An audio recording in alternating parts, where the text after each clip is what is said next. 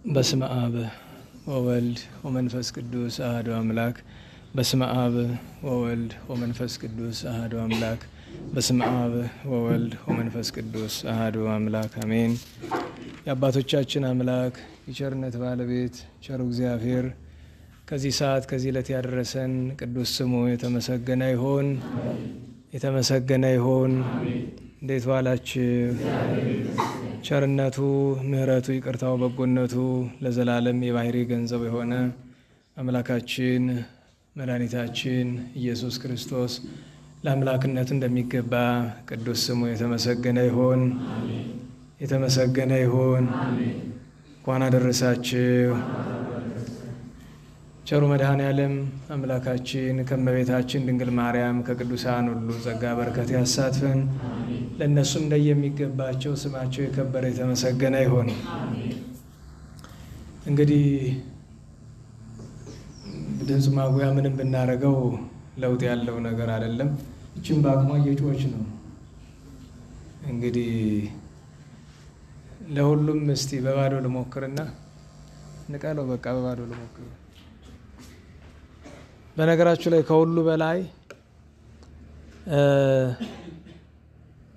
አይምሮን የሚሰርቅ ነገር መጥፎ ነው። በቃለ እግዚአብሔር ጊዜ ቃለ እግዚአብሔር በሚነገርበት ጊዜ አይምሮን ከሚሰርቅ ነገር ሁሉ ራሳችንን ማቀብ ይገባናል። ምክንያቱም የእግዚአብሔር ቃል በስርዓቱ ካልሰማነው አስቸጋሪ ነው። ለሁሉም ከቅዱስ መጽሐፍ ቃል ጥቂት ለበረከት እናንብብና እንደ እግዚአብሔር ፈቃድ ትምህርታችን የምንቀጥል ይሆናል ማለት ነው። ግብረ ሐዋርያት ምዕራፍ 2 ቁጥር 47 ቅርታ ቁጥር 37 ይህንንም በሰሙ ጊዜ ልባቸው ተከፈተ። ጴጥሮስንና ወንድሞቹ ሐዋርያትንም ወንድሞቻችን ሆይ ምን እናድርግ አሏቸው። ጴጥሮስም እንዲህ አላቸው፣ ንስሐ ግቡ፣ ሁላችሁም በኢየሱስ ክርስቶስ ስም ተጠመቁ፣ ኃጢአታችሁም ይሰረይላችኋል፣ የመንፈስ ቅዱስንም ጸጋ ትቀበላላችሁ።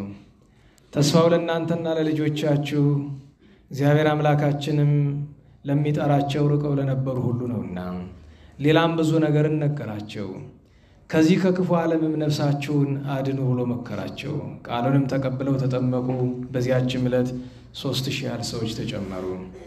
ስለ ቅዱስ ቃሉ ቸሩ እግዚአብሔር ቅዱስ ስሙ የተመሰገነ ይሁን፣ የተመሰገነ ይሁን።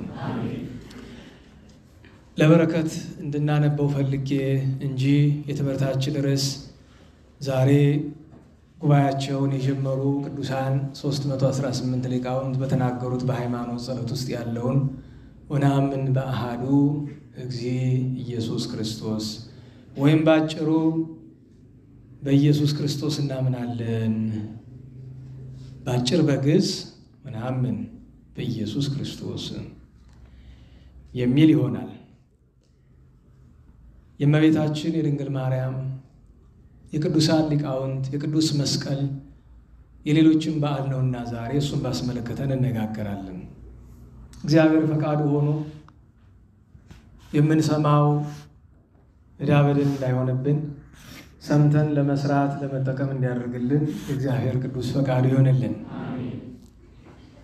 ሰማችኋል? በእዝነ ሥጋ የሚሰማውን መድኃኔዓለም ወደ እዝነ መንፈስ ይላክልን። ምክንያቱስ ጊዜው ከባድ ሆኖ ጊዜው ከባድ ሆኖ አሁን ባነበብነው ጥቅስ ላይ ቅዱስ ጴጥሮስ የሐዋርያት አለቃ አድኅኑ ርእሰክሙ ራሳችሁን አድኑ ከምን ትሉኝ እንደሆነ እምዝ ዓለም እኩይ ከዚህ ክፉ ዓለም ራሳችሁን አድኑ ይላል። ዓለም ክፉ ነው ወይ? መልሱ አጭር ነው። ዓለም የምንለው ማን ነው የሚለው ጥያቄ ካልተመለሰ ዓለምን ክፉም ደግም ለማለት አይመችም። ዓለም ስንል ሰውን ሊወክል ይችላል፣ መሬትን ሊወክል ይችላል፣ ኃጢአትን ሊወክል ይችላል፣ አጋንንትንም ሊወክል ይችላል። እንደያገባቡ የፍጥረት ሁሉ ዓለም እግዚአብሔር አለና ሎቱ ስብሐት ለእርሱም ይተረጎማል። ከዚህ ክፉ ዓለም ራሳችሁን አድኑ ብሎ ሲላቸው ክፉ ዓለም እያለው ያለ አንድም ዲያብሎስ የተቆጣጠረውን ኃጢአት የሚሰራበትን እኩይ ግብር የሰለጠነበትን ሲል ነው። አንድም ዲያብሎስ ያደረባቸው ሰዎች የሰለጠኑበት ስፍራ ብዙ ነውና በዚህ ምክንያት ከዚህ ክፉ ዓለም ራሳችሁን አድኑ ይላል እና ዘወትር በሳምንት እየመጣን እዚህ እኔ ማስተምራለሁ ላለው እናንተም እንማራለን ትላላችሁ። ፍሬ ለማፍራት እዚህ የዚህ ሰንበት ትምህርት ቤት የዚህ የመንበረ መንግስት ሰንበት ትምህርት ቤት ሰብሳቢው የኔታ ዲበኩሉ ይባላሉ። አቡነ ዘበሰማያት ለመስጠት ሲመርቁ የሰማነውን በዝነ ልቦናችን ይሳልልን ካሉ በኋላ ፍሬ ክብር፣ ፍሬ ንስሐ፣ ፍሬ ትሩፋት የምናፈራበት ያድርግልን ይላሉ። ብሎ የሚሰማቸው ብዙ ሰው ያለ አይመስለኝም። አሜንታው በዚህ ሰዓት ካንጀት መሆን አለበት። አሜንታው ማለት አሜን ማለቱ በዚህ ሰዓት እንግዲህ የሚቀድመው ፍሬ ንስሐ ነው። ሰው ሰምቶ ተምሮ የእግዚአብሔርን ቃል ለሌላ ለምንም ወይ አይደለም እንማረው ከበደላችን ተጸጽተን ንስሐ ገብተን በፍጹም እምነት እንድንኖር በጌታችን በኢየሱስ ክርስቶስ እናምናለን የሚለውን ቃል ለመናገር መስፈርት ያስፈልገዋል። ዛሬ ትምህርታችን ወደሱ መስፈርት ነው የሚወስደን እንደ እግዚአብሔር ፈቃድ። ስለዚህ ፍሬ ንስሐ ሰው ካላፈራ ችግር ነው። ፍሬ ንስሐ ምንድን ነው? ሲወድቁ መነሳት፣ ሲበድሉ መጸጸት፣ በድሎ ማሮኝታ ፍሬ ንስሐ ይባላል። ሁለተኛው ፍሬ ትሩፋት ነው። ፍሬ ትሩፋት ማለት አንድ ሰው ንስሐ ስለገባ ብቻ አይጸድቅም። ቅዱስ ዮሐንስ አፈወርቅ ቅዱሳት ለቅዱሳን ምን ማለት ነው የሚለውን ስጋውን ደሙን የሚቀበሉ ንስሐ መግባቱ ብቻ ለስጋው ደሙ አያበቃቸውም፣ በጎ ስራ መስራት አለባቸው ብሏል። ቅዱሳት ለንጹሃን አላለም። ንጹሃን የሚባሉ አንድም ከኃጢአት የተከለከሉ አንድም በንስሐ ኃጢአታቸውን የሰወሩ ያጠቡ ናቸው። እነሱ ንጹሃን ተብለዋል። አለመበደል ንጹህ ያሰኛል። ከበደሉ በኋላም በንስሐ ቢታጠቡ ንጹህ መባል ይገኛል። ደህና ዋላችሁ። ይሄ ንጹህ ያሰኛል። ግን እንኳን ንስሐ መግባት ብቻውን አለመበደል ራሱ ለስጋው ደግሞ አያበቃም። ለዚያ ነው ቅዱሳት ለንጹሃን በማለት ፈንታ ቅዱሳት ለቅዱሳን። ስጋው ደግሞ የሚቀበል ሰው ንስሐ ገብቶ ምግባር ትሩፋት ሰርቶ ነው። ለዚያ ነው ፍሬ ንስሐ ቀጥሎ ፍሬ ትሩፋት። በጎ ስራ እንድንሰራ ካላደረግን የምንማረው ትምህርት ማስተማሩ መማሩም ከንቱ ይሆናል። ሶስተኛው የመጨረሻ ፍሬ ክብር ነው። ፍሬ ክብር ማለት በምድር እግዚአብሔር በተአምራት የሚያከብራቸው አባቶች፣ እናቶች፣ ወንድሞች፣ እህቶች ይኖራሉ። በተአምራት የሚያከብራቸው ፍሬ ክብር በምድር ያለ ፍሬ ክብር፣ በሰማይ ፍሬ ክብር የተባለ ንኦሃቤ መባል መንግስቱን መውረስ ነው። ያንን ለማድረግ እንድንበቃ ነው ምርቃቱ የሳቸው። ይሄ ራሱ ትልቅ ትምህርት ነው። ርዕሳችን ስላልሆነ እንጂ ሙሉ የትምህርት ቀን ይወስዳል ይሄ ራሱ እና መድኃኔዓለም የሰማነውንም የምንሰማውንም ለፍሬ ንስሐ፣ ለፍሬ ትሩፋት፣ ለፍሬ ክብር እንድናበቃው ያድርገን። አሜን። ኢንታሊገ ሊቃውንት እግዚአብሔርን ካመሰግኑ በኋላ ራሳቸው አሜን ይላሉ። ስለ ሁለት ምክንያት፣ አንድ የእሳቸውንም ስለሚመለከት አሜንታው መራቂው እሳቸው ቢሆንም አሜንታው ልክ መዝሙር 19ን ትንቢተ ሕዝቅያስ ይስማዕከ ሲደግሙ አባቶቻችን ይስማዕከ እግዚአብሔር በዕለተ ምንዳቤ ይሉና ራሳቸው አሜን። ወይቁም ለከ ስሙ ለአምላከ ያዕቆብ አሜን። ወይፈኑ ለከ ረድኤተ መቅደሱ አሜን። ወእምጽዮን ይትወከፍከ አሜን። ወይዝክር ለከ ኩሎ መስዋዕትከ አሜን እያሉ 9 የአሜን አንቀጾች አሉ። 9 ምርቃት ነው ያሉት እዚህ መዝሙር ውስጥ 9 ምርቃቶች አሉት እና ለራስም ይባላል ብዬ ነው እንደዚያም እያሉም ይጸልያሉ። ናናው ትልቁ ነገር አሜንታ ለሁሉም ነውና ለፍሬ ንስሐ፣ ለፍሬ ትሩፋት፣ ለፍሬ ክብር ያብቃን። አሜን አሜን። አዎ እንደዚያ ነው። ትምህርታችን ርዕሱ ምን ነበረ? በጌታችን በሉ በኢየሱስ ክርስቶስ እናምናለን። እንግዲህ ዛሬ በዓሉ ብዙኃን ማርያም ይባላል። የመስቀልም ነገር አለበት። ብዙኃን ማርያም ምንድን ነው ቢሉ በጥሬ ዘር የብዙዎች ማርያም ተብሎ ሊተረጎም ይችላል። ብዙኃን ማርያም፣ የብዙዎች ማርያም አባባሉ በጥሬ ግዕዝ ብንመለከተው ትርጉም ለመስጠት ይከብዳል። ልማዳዊ አነጋገር ይመስላል ብዙኃን ማርያም። ምክንያቱም ሁለቱን የሚያገናኛቸው ምንም ነገር ማለት በቋንቋ ደረጃ ለመገናኘት ሁለት ቃላትን ለማገናኘት ሁለት መንገድ አለው። አንደኛ በጥሬው በራሳቸው የሚያያዙ ቃላት አሉ። ሁለተኛ ደግሞ አያያዥ ከመካከል ለምሳሌ እግዝእት ማርያም ብለን ብንል ያስኬዳል። ማርያም እመቤት እንደዚያ ብሎ ያስተረጉማል። እግዝእት ብዙኃን ብለን ብንል ግን ትርጉም ያጣል። እግዝእተ ብዙኃን ተ የሚል በአማርኛ ቋንቋ ዘርፍ አያያዥ ይባላል። እሱ ያስፈልገዋል። ለሁሉም ብዙኃን ማርያም የሚለው ሁለት ነገር ነው። አንድ እግዝእተ ብዙኃን ማርያም ነው። ብዙኃን ያላቸው እነማን ናቸው ቢሉ ኃጥአንም ጻድቃንም ናቸው።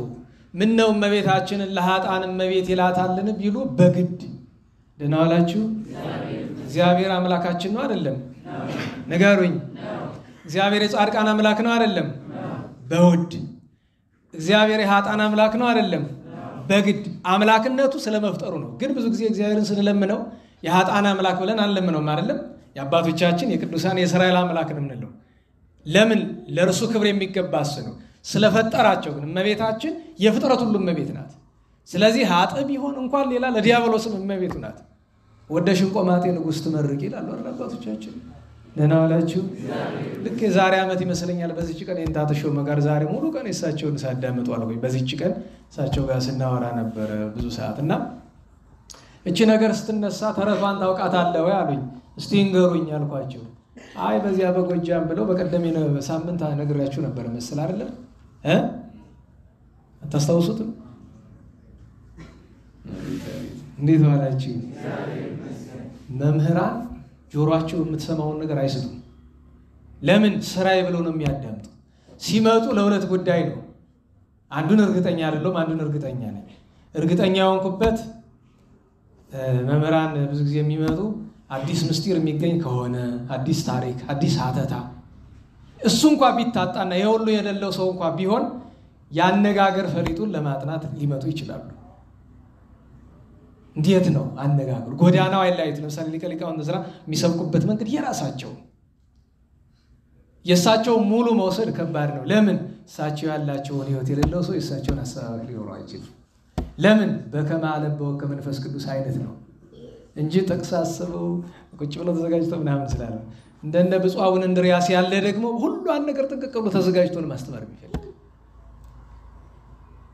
ስጦታው ሰው ልዩ ልዩ ነው። ታዲያ ይታይና ለምሳሌ ሲጀምሩ የእንታ ሊቀ ሊቃውንት ስብከት ሲጀምሩ የሚያመሰግኑበት መንገድ አንድ አይነት አይደለም። ዛሬ በሆነ መንገድ ያመሰግኑና ደግሞ ነገ በሌላ መንገድ። ለምሳሌ የመስቀል ቀን አይታችኋል። ስብሐት ለእግዚአብሔር። እኔ አስቤው አላውቅም። ለካ እንዴት ያለ ስብከት መጀመሪያ ኃይለ ቃል ነው። ስብሐት ለእግዚአብሔር ኪያነ ዘፈጠረ ከመ ናምልኮ ያን ተረጎሙት። ስብሐት ለማርያም ማምላክ እግዝእትነ መድኃኒትነ ተረጎሙት። ስብሐት ለመስቀለ ክርስቶስ ዕፀ መድኃኒት ኃይልነ ወጽኦንነ ተረጎሙት። በቃ መግቢያ ነው። ከዚያ ደግሞ አንዳንድ ቀን ይትባረክ እግዚአብሔር የሚልም ኃይለ ቃል ይኖራል። አንዳንድ ቀን ደግሞ በሆነ ነገር እንደዚያ ሁልጊዜ ደግሞ በአንድ አነጋገር ብቻ ትምህርታቸው የሚጀምሩ አሉ። ብፁዕ አቡነ እንድርያስ አንድ አምላክ በሚሆን በአብ በወልድ በመንፈስ ቅዱስ ነው። በቃ አይቀየርም። ይሄው ነው ሁልጊዜ እኔ ስሰማ ማለት ነው። ደህና ዋላችሁ። እና ስለዚህ ልብ ብለው ሊቃ መምህራን የሆኑ እንደሆነ ያዳምጣሉ። እናንተ ግን ትስታላችሁ። በጎጃም አንድ ንጉሥ ስማቸውን ጠቅሼላችኋለሁ። እያሉ ከዚህ በኋላ ድሃም ሀብታምም ሁልሽ እኩል ትገብራለህ ብሎ ድሃ ተጨነቀ። ኋላ ቤተክርስቲያን ስሞ ሲወጡ ማርቆስ ደብረ ማርቆስ ላይ 2 እጅ 2 እግር የሌላት ሴት ቁጭ ብላ ጌታዬ ይማሩኝ ይራሩልኝ፣ ምን ሆንሽ? እኔ ድሃ ነኝ እጅ እግር የለኝ፣ እባክዎ ከግብር ነፃ ያድርጉኝ፣ ምን ሰርተሽ ትበያለሽ አላት። ውሃ ሽጬን ምኖር ምናለች። አንቺማ የማያልቀውን ሀብትን ያዝሽ፣ እንዲሁም በደንብ ነው የምትገብሪ ብለው ትተዋት ሄዱ። ያን ጊዜ ጌታዬ ዞር ሲሉ 1000 ዓመት ያኑሮት ልብ ብሎ ማለት ግዴታዋ ነው፣ ግን ከልቡ አይደለም። እና ዋላችሁ ያን ጊዜ ምን አሉ? ወደሽን ቆማጤ ንጉሥ ትመርቂ ብለዋት ሄዱ ይባላል። ቃሉ ከባድ ነው። ቆማጤ ማለታቸው ይላሉ እኮ አይደለም? እና አለቃ ገብረሃናም ቆማጤ ቆመጥማጤ ይላሉ አይደል? ቃሉ ቦታ ግን እግር የሌለው እጅ የሌለው ሰው እንደዛ ብሎ መጥራት ከባድ ነው። ለሁሉም የሁሉን ነፍስ ይማር መድኃኔዓለም። ወደ ትምህርታችን እንመለስ። እንግዲህ እግዝእተ ብዙኃን የብዙኃን እመቤት፣ ብዙኃን የምንላቸው መላእክት ሊቃነ መላእክት ናቸው። አንድም ጻድቃን ነቢያት፣ ሐዋርያት፣ ጻድቃን፣ ሰማዕታት፣ ደናግል፣ መነኮሳት፣ አበው ሊቃውንት ናቸው። የእነዚህ ሁሉ እመቤት ናት እመቤታችን። ብዙኃን መባሏ ዋናው ምክንያት ግን ዛሬ ብዙ ሊቃውንት በኒቅያ ስብሰባ የጀመሩበት ቀን ስለሆነ ነው። ጥንተ ነገሩ እንደምን ነው ቢሉ ነገር ከስሩ ውሃ ከጥሩ ነውና ቅድመ ዓለም የነበረ አምላክ አዳምን አክብሮ ፈጥሮ ስቶ ወድቆ ተስፋ ሰጥቶት በነቢያት ትንቢት ተናግሮ ከእመቤታችን ድንግል ማርያም በሕቱም ድንግልና ከተወለደ በኋላ ዓለምን አድኖ አረገ። ጌታ ካረገ በኋላ ሐዋርያውያን አበው ቤተክርስቲያንን ለማገልገል ብዙ ታገሉ። ነገር ግን በየዘመናቸው መናፍቃን እየተነሱ ይረብሿቸው ነበር። ገና በዘመን ሐዋርያት ከነበረው ከመጀመሪያው የቢጽ ሐሳውያን አባት ከሚባለው ከሲሞን መሰሪ ጀምሮ ይረብሿቸው ነበር። መክረው ዘክረው እምቢ ሲሏቸው ይቀጡ ነበር። እንደ ሲሞን መሰሪ ያሉትን ከላይ ከደመና ወድቆ ተንቆጫቁጦ እንዲሞት በማድረግ እንደነ ናኦስ ያሉትን በነገራችሁ ላይ በትርጓሜ ያለውን ኃይለ ቃል ገድላት በማየት ማስፋፋት ትችላለች። ለምሳሌ ናኦስን በትርጓሜ የግብረ ሐዋርያት ላይ ከላይ ተነስቶ ወደቀና ሞተ ይላል አይደል? ሞቶ አልቀረም። 2 ጠንቋዮች ናቸው። የናኦስ ጓደኛ ታሪክ በግብረ ሐዋርያት ስላልተጠቀሰ ነው። ጓደኛው መጥቶ ቅዱስ እስጢፋኖስ ለምኖ ከሞተ ከ3 ቀን በኋላ ቅዱስ እስጢፋኖስ ከሞተ አስነስቶት እኮ አምኖ በኋላ ለቅድስና በቅቷል እኮ ናኦስ። ገድላት ገድለ እስጢፋኖስ ላይ ነው ያው የሚገኘው። እና ያችኛዋን ታሪክ የተቆነጸለች ስለሆነች ያችን ይዘን ናኦስን ጨርሶ ገሃነም ገባ ብለን እንዳንሰብክ ጥቆማ ለመስጠት እዚህ መምጣት ከጠቀመ ይሄ ነው የሚጠቅመው እንጂ ትምህርት ሁሉ ጉባኤ ቤት ነው ያለ። እንዲያ እያደረጉ ይኖሩ ነበር። በመናፍቃን ምክንያት ከመቸገራቸው የተነሳ በጣም በነገራችሁ ላይ የአሁኑ ዘመንና መናፍቃን የሰለጠኑበት ጻድቃን ነገስታት ያልነበሩበት ከቅዱስ ቆስጠንጢኖስ በፊት የነበረው ዘመን ይመሳሰላል። ለምን? የነገሱ አረመኔ ነገስታት ናቸው። ክርስቲያኖችን ባገኙት አጋጣሚ ሁሉ ማዋረድ ይፈልጋል። እንዴት ዋላችሁ? ክርስቲያኖችን ማዋረድ ስለሚፈልጉ አንድ ክርስቲያን ተበድሎ ፍርድ ቤት መሄድ አይችልም። ፍርድ ቤት ቢሄድ ራሱ ይታሰራል ተበድሎ። ስለዚህ ድሃ ተበድሎ ተረቱን ታውቁታላችሁ። ማሩኝ ይላል ቶሎ ይባላል አይደለም? እንደዛ ነው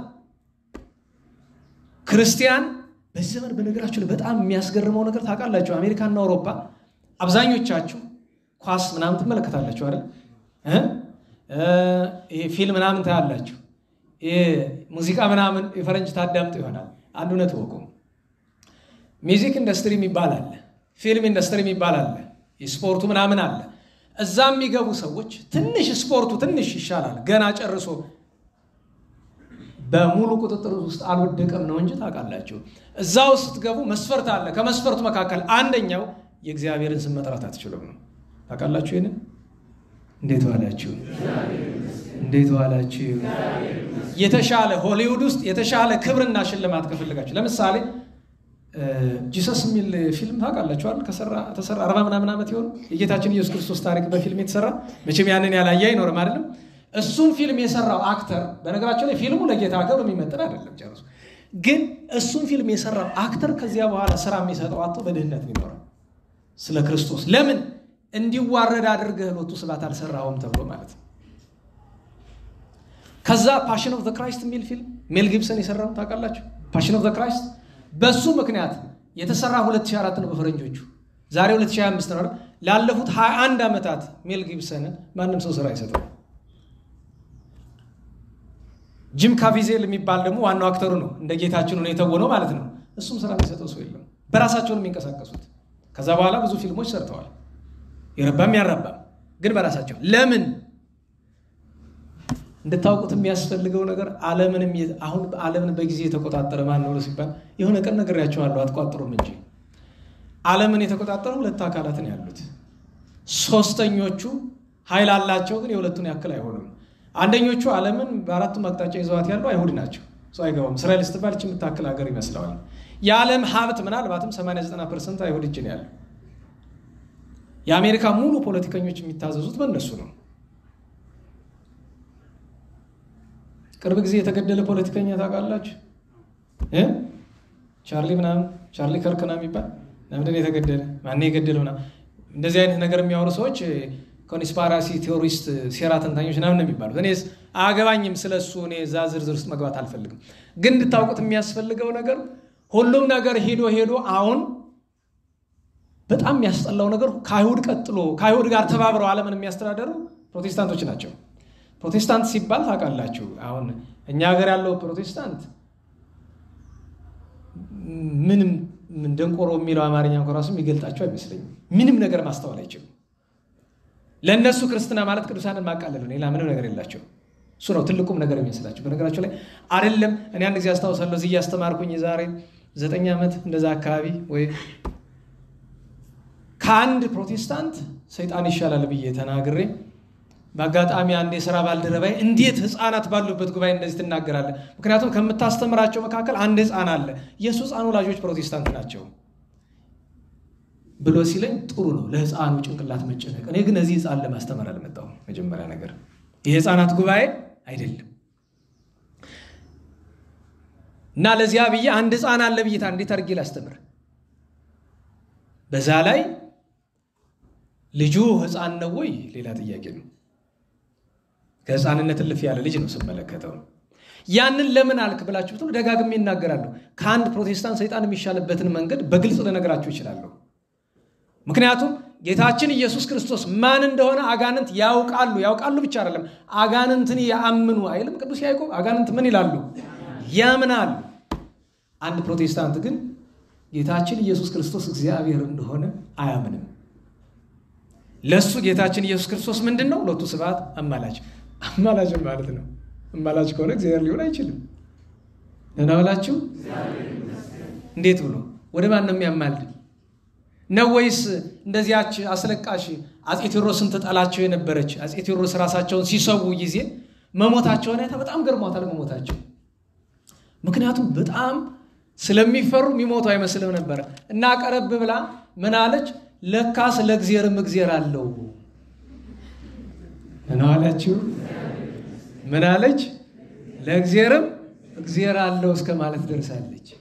የዛን ያክል። ሁለተኛ ነገር ዲያብሎስ የቅዱሳንን ክብር ያውቃል አያውቅም? ንገሩኝ። አይጠቀምበትም እንጂ ያውቃል። እንዲያውም የሚገርማችሁ ነገር ቅዱሳን ሲታገላቸው በጣም እንደሚከብሩ ሲያውቅ አንዳንድ ጊዜ ይተዋቸዋል። ለምሳሌ ቅዱስ ቂርቆስን መጀመሪያ ላይ ያሰቃየው ሞከረ በዚያ በእስክንድሮስ አድሮ። ኋላ ግን ቅዱስ ቂርቆስ ይሄ ሕፃን ብዙ እየተሰቃየ ብዙ ክብር ሊያገኝ ነው ብሎ ሄዶ በንጉሱ ልብ ገባና አፉን ድርግም አድርጎ ዲዳ አደረገው። ለምን? ቅዱስ ቂርቆስ እንዳይሰቃይ ከተሰቃየ ብዙ ክብር እንደሚያገኝ ስላወቀ። ቅዱስ ቂርቆስ ምን አደረገ? ንጉሱ ሊያዘው የሚችለውን አንጥረኛ ጠርቶ በንጉሱ ልብ ያለውን ሁሉ መንፈስ ቅዱስ ገልጦለት ለአንጥረኛው ነግሮት መሰቃያው ተሰርቶለታል። ነገ የምናከብረው ቅዱስ ዮልዮስ ደግሞ ሰማዕትነት ሊቀበል ዘመነ ሰማዕታት ሊያልቅ ጥቂት ቀናት ቀርተውት ምክንያቱም ከ20 ከ30 ዘመን በላይ የቅዱሳን ሰማዕታትን ገድል ሲጽፍና ክቡር ስጋቸውን ሲገንዝን የኖረ ቅዱስ ዮልዮስ አረ ዘመነ ሰማዕታት ሳያልቅ ሂድ ሰማዕትነት ተቀበል ይለዋል ጌታችን። ሄዶ ከአንዱ መኮንን ሰማዕትነት ሊቀበል ሲል ያምንለታል ነበር ለወትሮ አይደል? ያምንበታል። እንደገና ሁለተኛው ሀገር ሄዶ እንደገና ሲመሰክር እሱም ያምንበታል። ሶስተኛው መኮንን ሄዶ ግን ተገለኛለህ አትገለኝም ነው።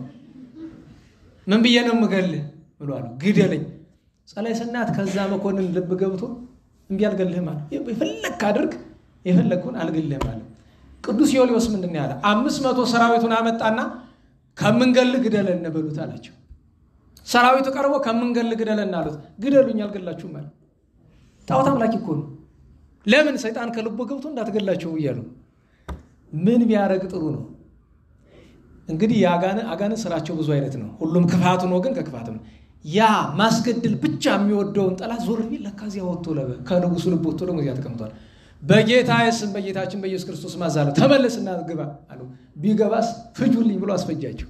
1503 ሰው ማለት ነው። ነናዋላችሁ እና ሰይጣን ያለውን ያክል እንኳን እምነት የሌላቸው እንዴት ብሎ ነው እንኳን ክርስቲያን ሊባሉ? አሁን ዲኖሚኔሽን ይባላል ክርስትና 35000 አረ እንደዛ የሚባል ነገር የለም። 35000 ቆሻሻ ድርጅት ነው ያለ። አንዲቱ ናት እውነተኛ ሃይማኖት። መጽሐፍም አለ ሃይማኖት ስንት ናት? የጌታችን ኢየሱስ ክርስቶስ እርሱን የምናምንባት ሃይማኖት አንዲት ናት። ከአንድ በቀር ምንም ሌላ ሃይማኖት የለም። ሌላው በሙሉ የክርስትና ክፍልፋይ አይደለም። በክርስትና ስም ያለ ያጋንንት ማህበር ነው። እና የፕሮቴስታንት 30 ምናምን ሺህ ድርጅት ያጋንንት ማህበር እንጂ ሃይማኖት አይደለም። ዛሬ ቀን ሰጠን ብለው ስላድኖ ሊቀዱ ይችላሉ። ለአቲ ስብዓት ብዙ ሊያረጉ ይችላሉ። ቀን ይመጣል። ለናዋላችሁ የሳቀ ስቆ አይቀርም፣ ያለቀሰ አለቅሶ አይቀርም። አዎ ቀን ይመጣል። ታለቅሳላችሁ የዛን ጊዜ። አዎ ዛሬ ቀን ሰጥተናል ብሎ አህዛቡን ፕሮቴስታንቱን ብድግ ይላሉ አይደል? አያችሁ አይደል? የሆነ ቪዲዮ ተቀርጾ ቅድም ልከውት ያዩት ቄስና ዘማሪ ማየት አንፈልግም ምናምን የሚል አንዲት ታዳጊ ህፃን ሙስሊም ምናምን ሊቃውንት ነገ እየመጣባችሁ ያለውን ነገር እንዳትረሱት። ከዚህ ሁሉ ምመን በፊት እናንተ ናችሁ የምትበሉ። አታንቀላፉ። እዚህ የመጣችሁ መቼም ወጋ ሳላረጋችሁ አልቀርም፣ ግን የሚጠቅማችሁ ነገር ነው። የመጀመሪያ ድግስ ለእናንተ ነው። መጀመሪያ ጽዋውን የምትጠጡት እናንተ ናችሁ። ወዳችሁ ብቻ አይደለም ተገደ ብትወዱ ሰማዕትነት ይሆንላችኋል። ባትወዱት ግን በግዳችሁ የውሻ ሞት እንዳይሆንባችሁ። አዎ እምቢ ላለ ደግሞ አባቶቻችን ምን ያሉት? እስከ አተላው ነው ወጣ ኃይሉን ይይት ከአቤል ይላል ቅዱስ ዳዊት። አዎ እስከ አተላው ነው የሚያጠጣው። እና እናስተውለው ብዬ ነው። ይሄን ያህል ድፍረት፣ ይሄን ያህል በክርስቲያኖች ላይ ማቀርሸት፣ ይሄንን ያክል ካህናትን በአደባባይ ወጥቶ በህፃንም በምንም አንደበት ማሰደብ ጥሩም አይመጣም። ተው በሏቸው ትላለች ቤተክርስቲያን። ተው ግድ የለም። አንደኛ በስጋዊ ኃይልም ክርስቲያኑ ተኝቶ ነው እንጂ ብንወዳደርም አንመጣጠንም። ተው ሱሪው የለችም ቤታችሁ በሏቸው። ሱሪው አለበት ቦታ ነው ያለ። ተው ማያዋጣችሁ ነገር ውስጥ አትግቡ ንገሯቸው። በጎረቤት በምናምን ካሉ አህዛብ መናፍቃን ተው በሰላም እንኑር፣ እንደ ቀድሟችን እንኑር በሏቸው። አያዋጣም። ለምን መሰላችሁ? የተኛው አንበሳ አንድ ቀን መንቃቱ አይቀርም። ተው የተኛውን አንበሳ በጣም መነካካቱ ጥሩ አይደለም። ቀን ስለሰጣችሁ እንደ ግስላ ባረጋችሁ ጥሩ ነው። ግስላ ድርቅ ያለ እንስሳ ነው አይደለም? በቃ ማንንም አልፈራም ባይ ነው። ችግሩ አንበሳ የመጣ ቀን ነው። ያ የተኛው አንበሳ ጅቡም ምንም እየመጣ ይተነኩሰዋል አይደለም? ሲነሳ ግን አዎ ምድሪቱ ትጠባለች የዛን ጊዜ። እና ተው ግድ የለም በልኩኑ በሏቸው። በልኩኑ አህዛብም መናፍቃንም በልኩኑ በልኩኑ ስንል ግን እነሱም ብቻ አይደለም፣ በእኛም ቤቱን የማይገባ የሚሰራ ሰው ካለ በልኩኑ፣ ሁሉም በልኩኑ በጌታችን በኢየሱስ ክርስቶስ ከምናምነው እምነት ጋር ነው ሁሉ ነገር መመዘን ያለበት በሱ ነው። እሱን ማስተዋል አለብን። እንዴት ዋላችሁ? እየታበየ ወሰደን። ወደ ጉዳያችን እንምጣ። ለሁሉም ሰማዕታት መናፍቃንን በዚህ መናፍቃንን እየታገሉ በዚህ ነገስታት ጋር እየታገሉ ጊዜው ደርሶ እግዚአብሔር ፈቅዶ ጻድቅ ቆስጠንጢኖስ ነገሰ። ቤተክርስቲያንን በአረመኔ ነገስታት አድሮ ሲፈትናት የኖረው እንደሚገርማችሁ ነገር ፖሊካርፐስ ወይም ዲላካሪዮስ የሚባል ሊቅ አለ። የታላቁ ሄሬኔዎስ መምህሩ ወይም የቅዱስ ዮሐንስ ወልደ ነጎድጓድ ደቀ መዝሙር ነው። ቅዱስ ፖሊካርፐስ ማለት ሐዋርያዊ አባት ነው። ይሄ ቅዱስ ሰው በጎዳና ሲያልፍ አንድ መናፍቅ ያገኛል። እዚህ በፊት ነግሬያችኋለሁ። ያን መናፍቅ በጎዳና ሲያገኘው ሰላም አላለው። ወባሃሂ ጥቀ ይተበለወሙ ይላል ከዮሐንስ ወልደ ነጎድጓድ ያችን ተምሯል። አልፎት ሄደ። ያም መናፍቅ ደቀ መዛሙርት አሉት። ቅዱስ ፖሊካርፐስም ደቀ መዛሙርት አሉት። እልፉ ሲልሄድ መናፍቁ ፖሊካርፐስ አለው፣ ዞር አለለት። ምን ነው አላወከኝም? ሰላም ሳትለኝሳ አለው። ማወቅ ሳውቀሃለሁ አንተ የዲያብሎስ የግብር ልጁ አይደለህ ብሎ ትቶት ይሏል። ቅድማውን ከአንድ መናፍቅ ሰይጣን ይሻላል ብዬ ስላችሁ የኔ አነጋገራለሁ የቅዱስ ፖሊካርፐስ አነጋገር አንተ የዲያብሎስ የግብር ልጁ አይደለህ እንዴት አውቃለሁ እንጂ ብሎታል። ኋላ ሄዶ ሰላም ሲሆን ረዴት ሲገኝ ቤተክርስቲያንን የሚፈትንበትን ነገር ሲሻ አንድ ተራ ሰው በነገራችሁ ላይ ዲያብሎስ ይገርመኛል። እግዚአብሔር በትሑታን አድሮ ይሰራል። ዲያብሎስ ደግሞ አንድ ተራ ሰው ልብ ያድርና አርዮስ ተራ ሰው ነው ነበር። ተራ ሰው አላቅስና ዲያቆን ነበረው። አላቅስና ተቀበለ። የታላቁ ሊቅ የቅዱስ ጴጥሮስ ተፍጻሜተ ሰማዕት ደቀ መዝሙሩ ነገባ። ነገር ግን ይኸውላችሁ እንዴት ዋላችሁ። አንድ ቀን የገጠመንን ነገር እንንገራችሁ። የኛ ልጆች አንድ ቦታ ላይ ካሜራ ይዘው ተቀምጠዋል። አንድ ቦታ እዚህ ቦታ አላችሁ ጎንደር ውስጥ ነው። ካሜራው የተደቀነበት ስፍራ የታድሶዎች ድርጅት ነው እና ስልጣና የሚወስዱ ሰዎችን ለማየት ነው። የራሳቸው ሰዎች ከሆኑ አይመለከተንም። ግን በሁለት ካራ የሚበላ ሰው አለ። ብዙ ሰው እኛ ቤት ያለ መለየት ሲወጣ ስልጣናውን ከወሰደው 50 ሰው 35 ሰው የኛ ቤት ሰው 35 በሁለት ካራ የሚበላ ማለት ነው። አዎ አርዮስ ማለት ይሄ ነው። ቀን ከቅዱስ ጴጥሮስ ይማራል። ማታ ከሉቃያኖስ እየሄደ የምንፍቅና አባቱ ሉቃያኖስ ነው የአርዮስ። የሉቃያኖስ አባቱ ዲያድርስ ነው። የዲያድርስ አባቱ ሳምሳቲ ጳውሎስ ነው። መናፍቃንም ሐረገ ትውልድ አላቸው። ቀን ከቅዱሱ ይማራል፣ ማታ ከርኩሱ ያጠናል እየሄደ። በዚህ ምክንያት ምንፍቅናውን የሚገልጥበት ምክንያት ሲሻ እንደ ዛሬ ዘመን መናፍቅ ጥቅስ ነው ሲፈልግ ነበር። ሎቱ ስብሐት ጌታችንን ፍጡር ለማለት ዛሬ መናፍቁ ዓለም እንደሚለው በነገራችሁ ላይ የዛሬ ፕሮቴስታንት 100% አርዮሳውያን ናቸው። ነናላችሁ እሱ ነው ሐቁ። እንግዲህ ራሳቸውን አርዮሳውያን ነን አይሉም። በነገራችሁ ላይ አንድ ሰው ይሄ ነፍሰ ገዳዮች አሉ አይደል? ሰው ዝም ብሎ በአረመኔነት የሚገሉ ራሳቸውን አረመኔ ብለው ይጠራሉ። አረ ንገሩኝ። ግን ምንድናቸው? አረመኔዎች ናቸው። ታዲያ በዚያ ወራት ጥቅስ ሲፈልግ በመጽሐፈ ምሳሌ ትቤ ጥበብ እግዚ ፈጠረኒ መቅድመ ኩሉ ተግባሩ የሚል ጥቅስ ያገኛል። ወደ ላይም አላየ ወደ ታችም አላየ አገኘው እኮ። ልክ የዛሬ እስላሞች መጽሐፍ ቅዱስን ሲገልጡ ምን ያገኛሉ? ዮሐንስ ወንጌል ምዕራፍ 9 ላይ አይነ ስውር ነው የተወለደው ጌታ አይኑን ካበራለት በኋላ አይሁድ ተሰብስበው ስለሱ ምን ትላለህ ሲሉት ምንድነው አላቸው? ነብይ ነው አላቸው። እቺን ጥቅስ አገኙ። ይሄው ነብይ ነው ይላል መጽሐፍ ቅዱስ አይደለም ነብይ ነው የሚል። ያ ገና ያላመነ አይነ ስውር ነው። ነብይ እንዳለው ያወቀ ጌታ አገኘው አይደል? ምንድነው ያለው? ተአምኑ አንተ በወልደ እግዚአብሔር፣ አንተ በእግዚአብሔር ልጅ ታምናለህ አለው። መኑ ውእቱ ወልደ እግዚአብሔር ከመእመን ቦቱ፣ አምንበት ዘንድ የእግዚአብሔር ልጅ ማን ነው አለው። ዘትርእዮ ወዘይተናገር ምስሌከ፣ የምታየው የሚነጋገር አለ። በምስጢር ምን ሲለው ነው? ካንተ ጋር የሚነጋገረው አይነ ስውር ቢሆንም ድምፁን ሰምቶት ነበር፣ በድምፅ እንዲያስታውስ ነው። ዘትርእዮ አለ፣ አይነን የገለጠልህ ስሏል። ምን አለ ቀጥሎ? አአምን እግዚኦ በሉ እስቲ አአምን እግዚኦ። ቅድም ብለናል አለ በየጌታችን በኢየሱስ ክርስቶስ እናምናለን ነው አይደለም? በደንብ በሉ አአምን እግዚኦ። ቀጥሎ ያለው ጥቅስ ምንድነው? ሊቃውንት ወሰገደ ሎቱ ይላል አይደል? ግንባሩን መሬት አስነክቶ እንደ አምላክነቱ ሰገደለት። እችን ትተው ያችን ጥቅስ ፕሮቴስታንቱም እንደዛ በእግዚአብሔርና በሰው መካከለኛ ነው ብሎታል። በመጀመሪያ ደረጃ ግዕዙ መካከለኛ የሚለውን ህሩይ የሚለው ህሩይ መካከለኛ ተብሎ በጥሬ ዘሩ አይተረጎምም። መካከለኛ ይባል ቢባልም ጌታችን ኢየሱስ ክርስቶስ መካከለኛ ነው ቢባል አያሳፍረንም እኛ። መካከለኛ ማለት ግን እነዚያ ልበሙቶች እንደሚያስቡት በእግዚአብሔርና በእኛ መካከል ያለ ማለት አይደለም። መካከለኛ ማለት እንደ እግዚአብሔር እንደ ሰው ነው። ከሰውም ከእግዚአብሔርም ያለ እሱ ነው አይደል? እግዚአብሔር ወልደ እግዚአብሔር ነው። ወልደ እግዚአብሔር የማን ልጅ ነው? የእግዚአብሔር ልጅ ነው። ራሱ ማን ነው? እግዚአብሔር ነው። እንደገና ስጋችን ስለተዋሃደ ደግሞ ምንድን ነው? ሰው ነው።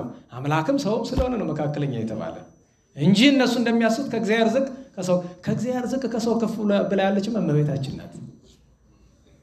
መትሕተ ፈጣሪ መልዕልተ ፍጡራን የምትባል እመቤታችን ናት እንጂ ጌታችን እንደዛ ይባልለትም።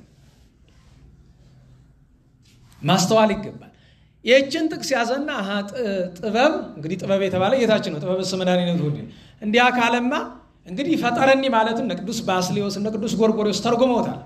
ለምን ጌታችን የተዋሃደው ስጋ ቅድመ ተዋህዶ ምንድን ነው? ፍጡር ነው። እንዴት ዋላችሁ? ጌታ ስጋን የተዋሃደ ከማን ስጋ ነው? ከመቤታችን። መቤታችን ምንድን ናት? ፍጡር ናት። ፍጡር ስጋን ስለተዋሃደ ያን ስጋ ማን የፈጠረው? አብ ወልድ መንፈስ ቅዱስ። ፈጣሪነት የጋራ ነውና ትቤ ጥበብ እግዚእ ፈጠረኒ ማለት እሱ ነው።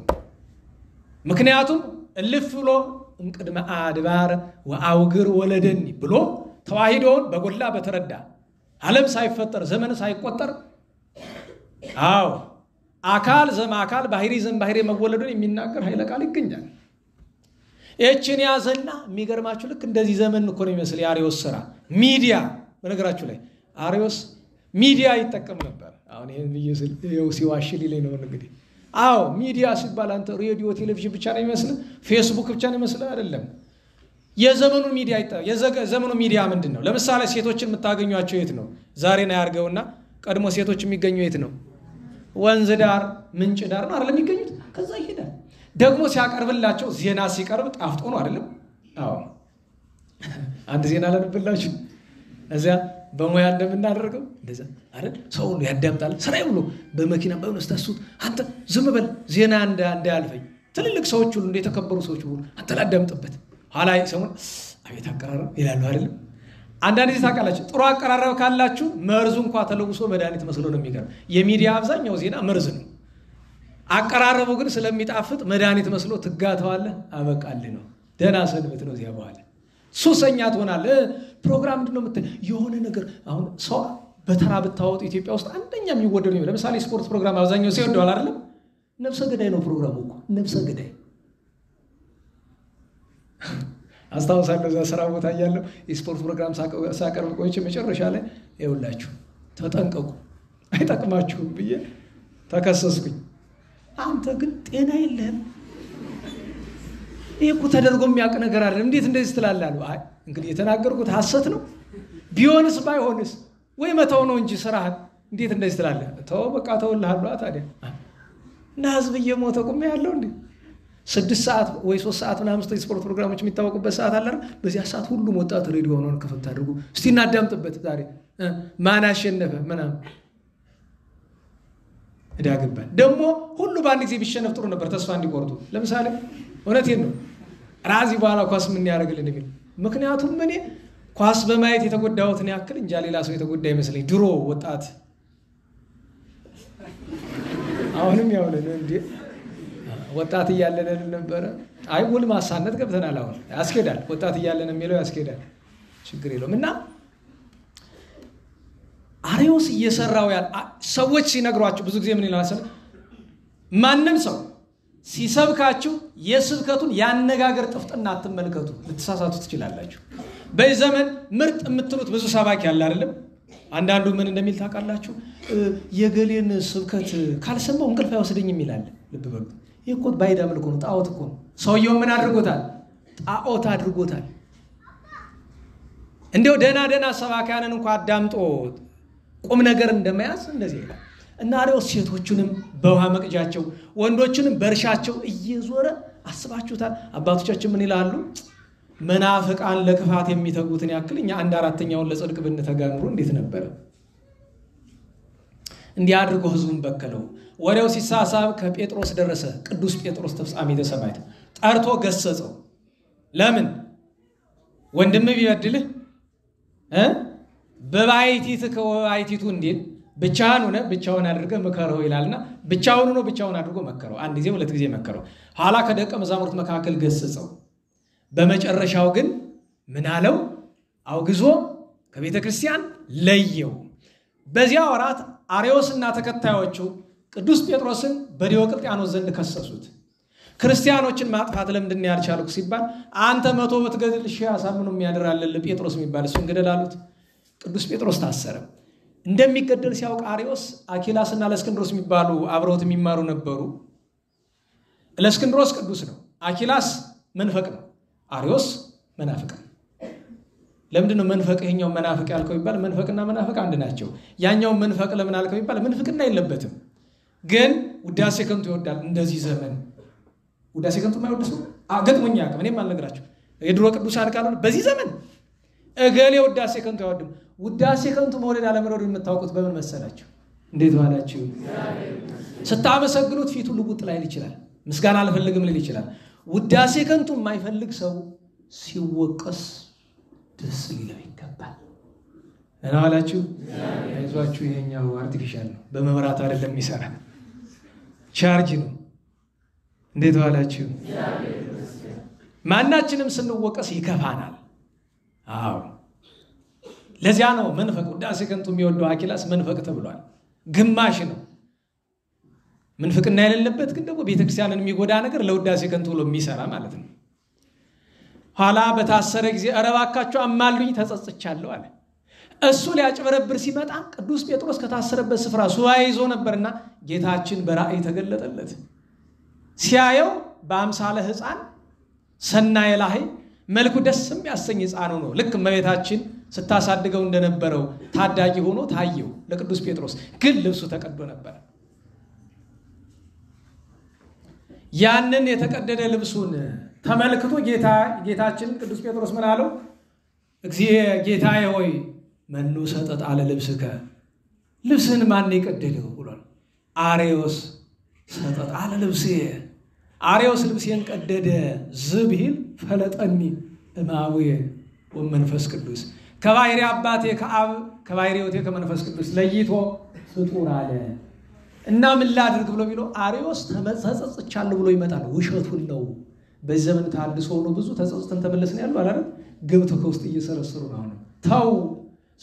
ምክንያቱም አንድ ሰው መናፍቅ ኑሮ ከተመለሰ በኋላ መድረክ አይሰጠው። በነገራችሁ ላይ ሰው የገደለ ሰው ተመልሶ ቤተክርስቲያን መድረክ ላይ ይቆማል? አንድ መናፍቅ ስንት ሺህ ሰው በመንፍቅናው ገሃነመ እሳት ከከተተ በኋላ እንዴት መድረክ ይሰጠዋል? እድሜ ልኩን እያለቀሰ እኮ ነው መኖር ያለበት። ደህና ዋላችሁ? እንኳን መናፍቅ ሆኖ ክዶ ብዙ ሰው አጥፍቶት የመለሰ ይቅርና ቆቡን በዝሙት ያረከሰ ሰው ንስሐው ስንት ቀን ነው? እስከ ዕለተ ሞቱ እኮ ነው ንስሐው። አታውቁም? ይሄን ቆቡን በዝሙት ያረከሰ ሰው ንስሐው እኮ ልግባ ካለ እስከ ዕለተ ሞት ነው።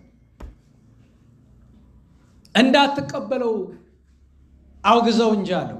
መተው ሊያስታርቁት ይሉ ገና የአርዮስ እግሩ ከቤት ከመድረኩ ሊገባ ሲል ውጉዝ አርዮስ በሰማዩ በምድር አለው። በሰማይ በስላሴ ስልጣን፣ በምድር በጴጥሮስ በጳውሎስ ስልጣን የተወገዝክ ነህ አለው። ተንደፍድፎ ይወደቅ። አቤት አቤት! አባት ሲኖርማ እንደዚያ ነው። መናፍቅ ቤተክርስቲያንን አይደፍራትም ነበረ። መልክአ ሰለስቱ ምዕት የሚባል ሁለት መልክ አለ እና አንደኛው መልክአ ሰለስቱ ምዕት ጥንት አፄ ቴዎፍሎስ እያለ የተደረሰ ነው። ሁለተኛው መልክአ ሰለስቱ ምዕት የምታውቁ ሊቃውን ታውቃላችሁ እንዴት እንደተደረሰ። ምረጥ በባል ይሄ ሁለተኛውን እመርጣለሁ። ረቂቅ ነው፣ ድንቅ ነው፣ በጣም አስገራሚ ነገር ነውና እዚህ ከመልኩ ውስጥ ስፈልግ ሰዓት ፈጃለሁኝ እንጂ ግሩም የሆነ አነጋገር አለ። በተለይ ቅዱስ አትናቴዎስን የገለጠበት መንገድ ለኔ ያስገርመኛል። ሊቃውንትን ያስገርመኛል። በዘመናችን እንኳ ያሉ ሊቃውንት ይሄን ያለ መንፈስ ቅዱስ የገለጠላቸውን ምስጢር እያስተዋልን ደስ ይለናል። ባይሆን እኔ እንኳን ከመልክ መካከል ከመጽሐፍ ቅዱስም ጥቅስ ለመፈለግ በጣም ደካማ ሰው ነኝና እዚህ ውስጥ ፈልጌ ላገኘው አልችልም። አሁን ለጊዜው ለሁሉም አነጋገሩ ምንድነው ካላችሁ እንዴት ዋላችሁ? ጉንብስ ስላልኩኝ እኔ ባላችሁም ስሉስ ቅዱስ እያያችሁ ነውና ስሉን እያያችሁ ማዳመጥ ትችላላችሁ። ዋናው ሐሳቡ ምንድነው? አርዮስ የጌታችን ልብስ ቀደደ። አሁን ሄዶ ልብሱን ቀዶ አይደለም፣ ምሳሌያዊ አነጋገር ነው አይደለም። ያችን የተቀደደችው ልብስ ቅዱስ አትናቴዎስ መልሶ ሰፋት ናት አይለቃሉ። ነገሯ ዘይቤ ያላት ናት፣ ምስጢር ያላት ናት ወደ ውስጥ እና እሷን ስመለከቱ ጊዜ በየዓመቱ እሷን ቀለም ስመለከታ ደስ ነው እንደው በግዕዝ ቢጠቀስ እንዴት ደስ ይል ነበር። ምክንያቱስ የአማርኛ ጥቅስ አነጋገር ብዙ አንጀት አያረስም። እንግዲህ ፍለጋ አለክም። ደህና አስተማሪ ቢሆን አስተካክሎ ይዞ መዝግቦ ማስታወሻ ይዞ ይመጣል። የለም ሰነፍ ነኝ ለዚህ አልሆንም። እንዴት ዋላችሁ? አርዮስ ተወገዘ፣ ቅዱስ ጴጥሮስ ተሰዋ። ከዚያ በኋላ ከ10 ዓመት በላይ አለፈ። አርዮስም እየዞረ እያወቀ ኋላ ሄዶ ከቅዱስ ቆስጠንጢኖስ ከሰሰው። ከአንድም ሁለቴ ሲከሰው ቅዱስ እለእስክንድሮስን ቅዱስ ቆስጠንጢኖስ ጠራው። አንተ አለው አቤት። ኧረ ክስ ቀርቦብሃል። በማን? በአርዮስ። ምን አለ? በከንቱ አወገዘኝ። ኧረ በከንቱ አይደለም ያወገዝኩት፣ ምንፍቅና ተገኝቶበት ነው። መምህር የማውግዞታል አለ። በፊት የተከራከሯል። ቢከራከሩ ረታው። ቅዱስ እለእስክንድሮስ ረታ። ቅዱስ ቆስጠንጢኖስ ይህንን አየና በአንድ ሊቅ ስብከት በአንድ ሊቅ ሀተታ ይህን ያህል ምስጢር ካገኘኝ በዓለም ያሉ ሊቃውንት ቢሰበሰቡ ብዙ ሀብት ብዙ ምስጢር አገኛለሁ ብሎ ሚያዝያ 21 ቀን አዋጅ በመላው ዓለም ላከ። በመላው ዓለም ያላችሁ ሊቃውንት፣ ጳጳሳት፣ ኤጲስቆጶሳት ተሰብሰቡ ወደ ቁስጥንጥንያ። መጀመሪያው ወደዚያ ነው ታስበው ነበር፣ ኋላ ነው ኒቃያ የሆነ። ተሰብሰቡ ብሎ አዋጅ ነገረ። ይህንን አዋጅ አብነት አድርገው ሚያዝያ 21 እንደ ዛሬ ዘመን አውሮፕላን የለምና ከሚያዝያ 21 ጀምሮ የቅርቡ ቶሎ፣ የዘገዩት ግን ሁሉም ተሰብስበው መቼ ገቡ? እንደዚህ ዕለት መስከረም 21 ቀን ተሰብስበው ገቡ። ስንት ተሰበሰበ ከሊቃውንት ወገን? 2348 ተሰበሰቡ። ከነዚህ መካከል እኩሉ መናፍቅ፣ 318ቱ ቅዱሳን ሊቃውንት፣ ቀሪዎቹ የነዚህ ተከታዮች ናቸው። እንደነ ቅዱስ ኤፍሬም ሶርያዊ ያሉ በጉባኤ ያሉ ግን ከሰለስቱ ምዕት ያልተቆጠሩ ማለት ነው። አንዳንድ ጊዜ ሳት እንዳትሉ አደራቸው። ከ318 ውጭ ያለው ሁሉ መናፍቅ ነው አይደለም? እኩሉ መናፍቅ ነው። እኩሎቹ ግን ደቀ መዛሙርት ናቸው አብረው። ምክንያቱም አንድ መምህር ያለ ደቀ መዝሙር አይንቀሳቀስም፣ የታወቀ ነው ይሄ። ሁሉም ደቀ መዛሙርትን ይዘው ነው የመጡት። እነዚህ 318 ቅዱሳን ሊቃውንት እነማን ናቸው ካላችሁ፣ አሁን ሊቃውንት ሲባል አትሞኙ። እንዴት ዋላችሁ? እንዴት ዋላችሁ? ሊቅ ማለት 3 መስፈርት የሚያሟላ። ልብ በሉት። በተለይ ታላላቆቻችን፣ እናንተ ታላላቆችን ብላችሁ በእድሜ አይደለም፣ በእድሜ ብዙዎቻችሁ ሊበልጣችሁ ይችላል ይሆናል፣ በሙያ ግን ታላላቆች ናቸው። ልብ በሉት። ሊቅ የሚባል አንድ ሰው 3 መስፈርት ሲያሟላ ነው። አንድ እውነተኛውን ሃይማኖት ከእውነተኛ መምህር የተማረ ብቻ ነው። ከማን የተማርከው ነው? ቅዱስ ጳውሎስ ለጢሞቴዎስ ከማን እንደተማርከው ታውቃለህ ብሎታል። የቅዱስ ጢሞቴዎስ ክብሩ ከቅዱስ ጳውሎስ መማር ነው። የዚህ ጉባኤ የሚማር ሰው ክብሩ ጎንደር የተማረ ጎንደር ውስጥ ጎንደር ብቻ አይደለም፣ በአጠቃላይ ቤተ ጉባኤ ውስጥ መናፍቅ የሚባል መምህር ያላውቅም የለም። ሰምተው እንዳይሰድቡኝ እንጂ መንፈሳዊ ኮሌጅ የሚባለው ግን ብትሄዱ ራስ ብሎ መናፍቅ ነው። ከመናፍቅ ተምሮ እንዴት ብሎ ነው ሃይማኖት የሚያስተምር? አንድ ሰው እንዴት ዋላችሁ? እንዴት ዋላችሁ? በምግባርም በሃይማኖትም የተመሰገኑ ደጋግ ሊቃውንት እንዳሉና ሁሉ ምግባራቸው ጥሩ ያልሆነ ሊኖሩ ይችላል ማለት ቢያንስ ግን በእምነታቸው ይጠረጠሩ አይደል? የጉባኤ መምህር ነው በእምነቱ የሚጠረጠር እኔ ሰምቼ አላውቅም። በተለይ በእኛ ዘመን ሰምቼም አይቼም አላውቅም። በእምነቱ የሚጠረጠር የጉባኤ መምህር የለም። ስለዚህ እውነተኛዋን ሃይማኖት ከእውነተኛ መምህር የተማረ አንደኛው መስፈርት እጅ ቀላል ናት። ሁለተኛዋ መስፈርት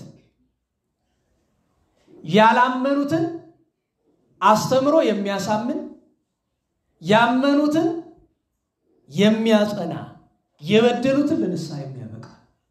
እቺ በመድረክ ስብከት ብቻ አትገኝም፣ ሌላ ድካም ትጠይቃለች። አንድም ዘመን አጸባ ከሆነ ለካህዲያን ለመናፍቃን ጥቅስ ጠቅሶ ድርሳን ደርሶ እልባት አስቀምጦ መልስ ሰጥቶ የሚያስተምር እሱ ምን ይባላል? ሁለተኛው መስፈርት የሊቃውንት መስፈርት ነው።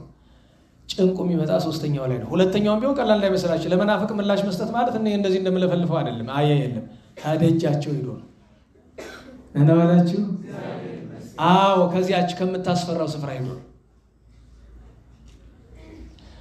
ሶስተኛው ግን የሚያስተምረውን የሚኖር የማይኖረውን የማያስተምር እንዴት ዋላችሁ አረ እንዴት ዋላችሁ አንደኛ እውነተኛውን ሃይማኖት ከእውነተኛ መምህር የተማረ ከእውነተኛ ምንጭ የቀዳ የጠጣ ሁለተኛ ዘመን አጸባ ከሆነ ጥቅስ ጠቅሶ ድርሳን ደርሶ ልባት አልቦ መልስ ሰጥቶ መናፍቃንን ምላሽ የሚያሳጣ ምዕመናንን የሚጠብቅ በደናው ዘመን ከሆነ ያላመኑትን አሳምኖ ያመኑትን አጽንቶ የበደሉትን ለንስሐ የሚያበቃ ሶስተኛው የተናገረውን ምን የሚል የሚኖር የማይኖረውን የማያስተምር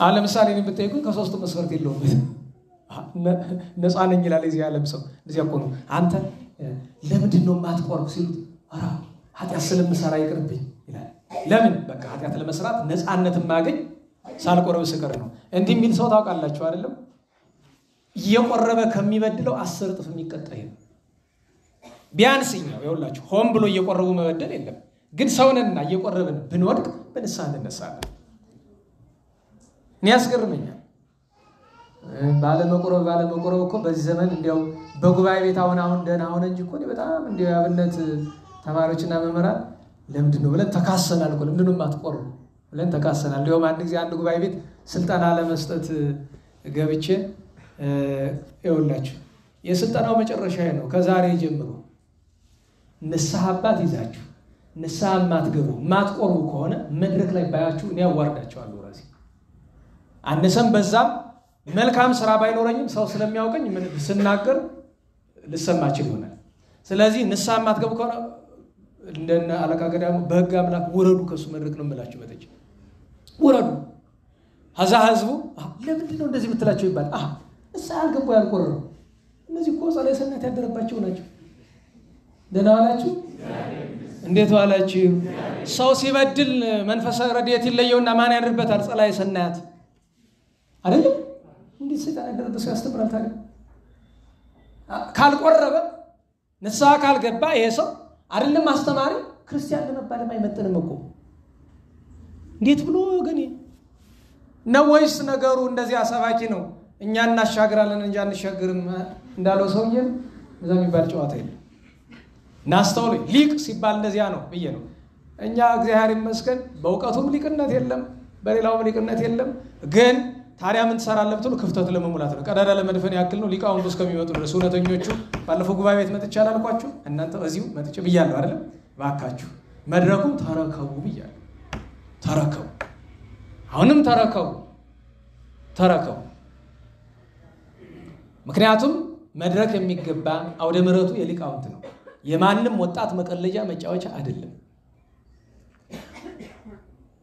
ተሰበሰቡ ዛሬ ልክ ሲገናኙ እኔ አስገርመኝ አቤት አንተ ቸሩ መድኃኒዓለም 318ቱን እስቲ በስም አንዳንዶችን እናስታውሳችሁ አንደኛው ታላቁ ሊቅዱስ ባስልዮስ ነው ከሲኦል ያጣን አንድ ኃጢአተኛ ሰው የሰጠውን ደብዳቤ የሚቀማ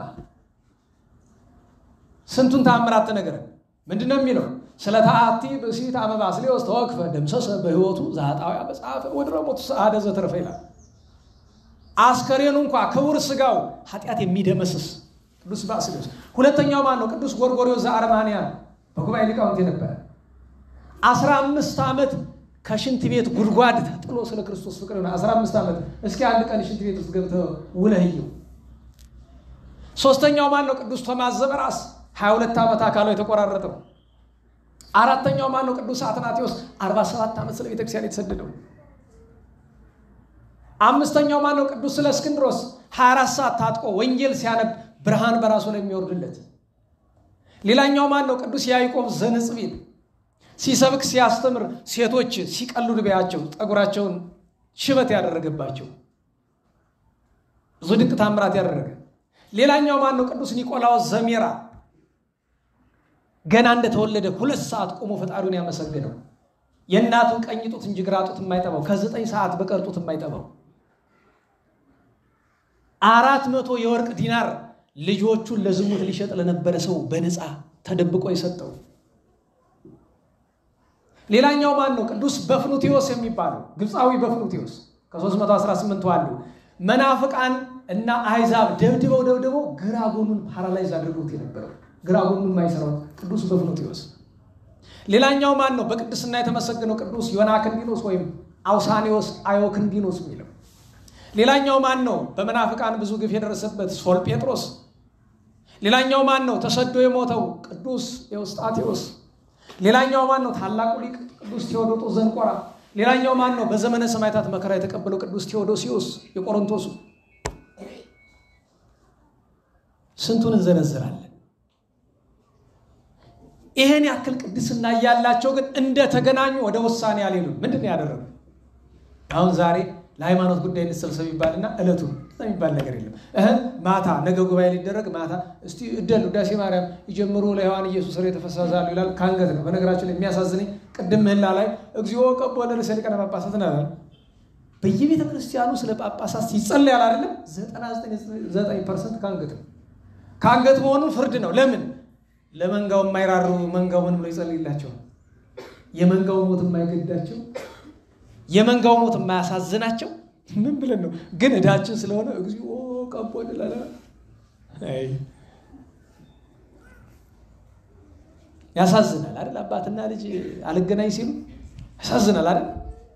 ድልድዩ ተሰበረ። ማን ሰበረው? አባት ሰበረው። ቀድሞ ልጅ ነበር የሚሰብረው፣ ዛሬ አባት ሰበረው። ቀድሞ ልጅም ሲሰብረው እንኳን አባት ድልድዩን ጠግኖት ይመጣል አይደል? ሐዋርያ ነውና ጠግኖት ይመጣል። አይጣል አይደል? እና እነዚህ ቅዱሳን ሊቃውንት ልክ መስከረም 21 ቀን ተሰበሰቡ። ምን አሉ? ሱባኤ እንግባ። 3 ቀን አይደለም 7 ቀን አይደለም። ምን ያህል ጊዜ ነው ሱባኤ ገቡ? 40 ቀን። አያችሁ፣ ያው ቅድስና ያላቸው መንፈስ ቅዱስ ዕለቱን የሚያናግራቸው ቅዱሳን 40 ቀን 40 ቀን ግን ሱባኤ ሲገቡ ሌሊት በጸሎት ያድራሉ። ቀን መጻሕፍትን እየመረመሩ ይነጋገራሉ። ኋላ አርዮስን አስቀረቡት፣ ተከራከሩት፣ ምላሽ ካሳጡት በኋላ አንድ ነገር ነገሩት። ኢየሱስ ክርስቶስ እግዚአብሔር ነው፣ አምላክ ወልደ አምላክ ነው፣ ስግው ቃል ነው፣ እመንበት አሉት። አላምንም አለ። አውግዘው ለዩት። ከዚያ በኋላ ጨጓራው ተዘርግፎ መንፈስ ቅዱስ ጨጓራው ተዘርግፎ እንዲሞት አደረገው።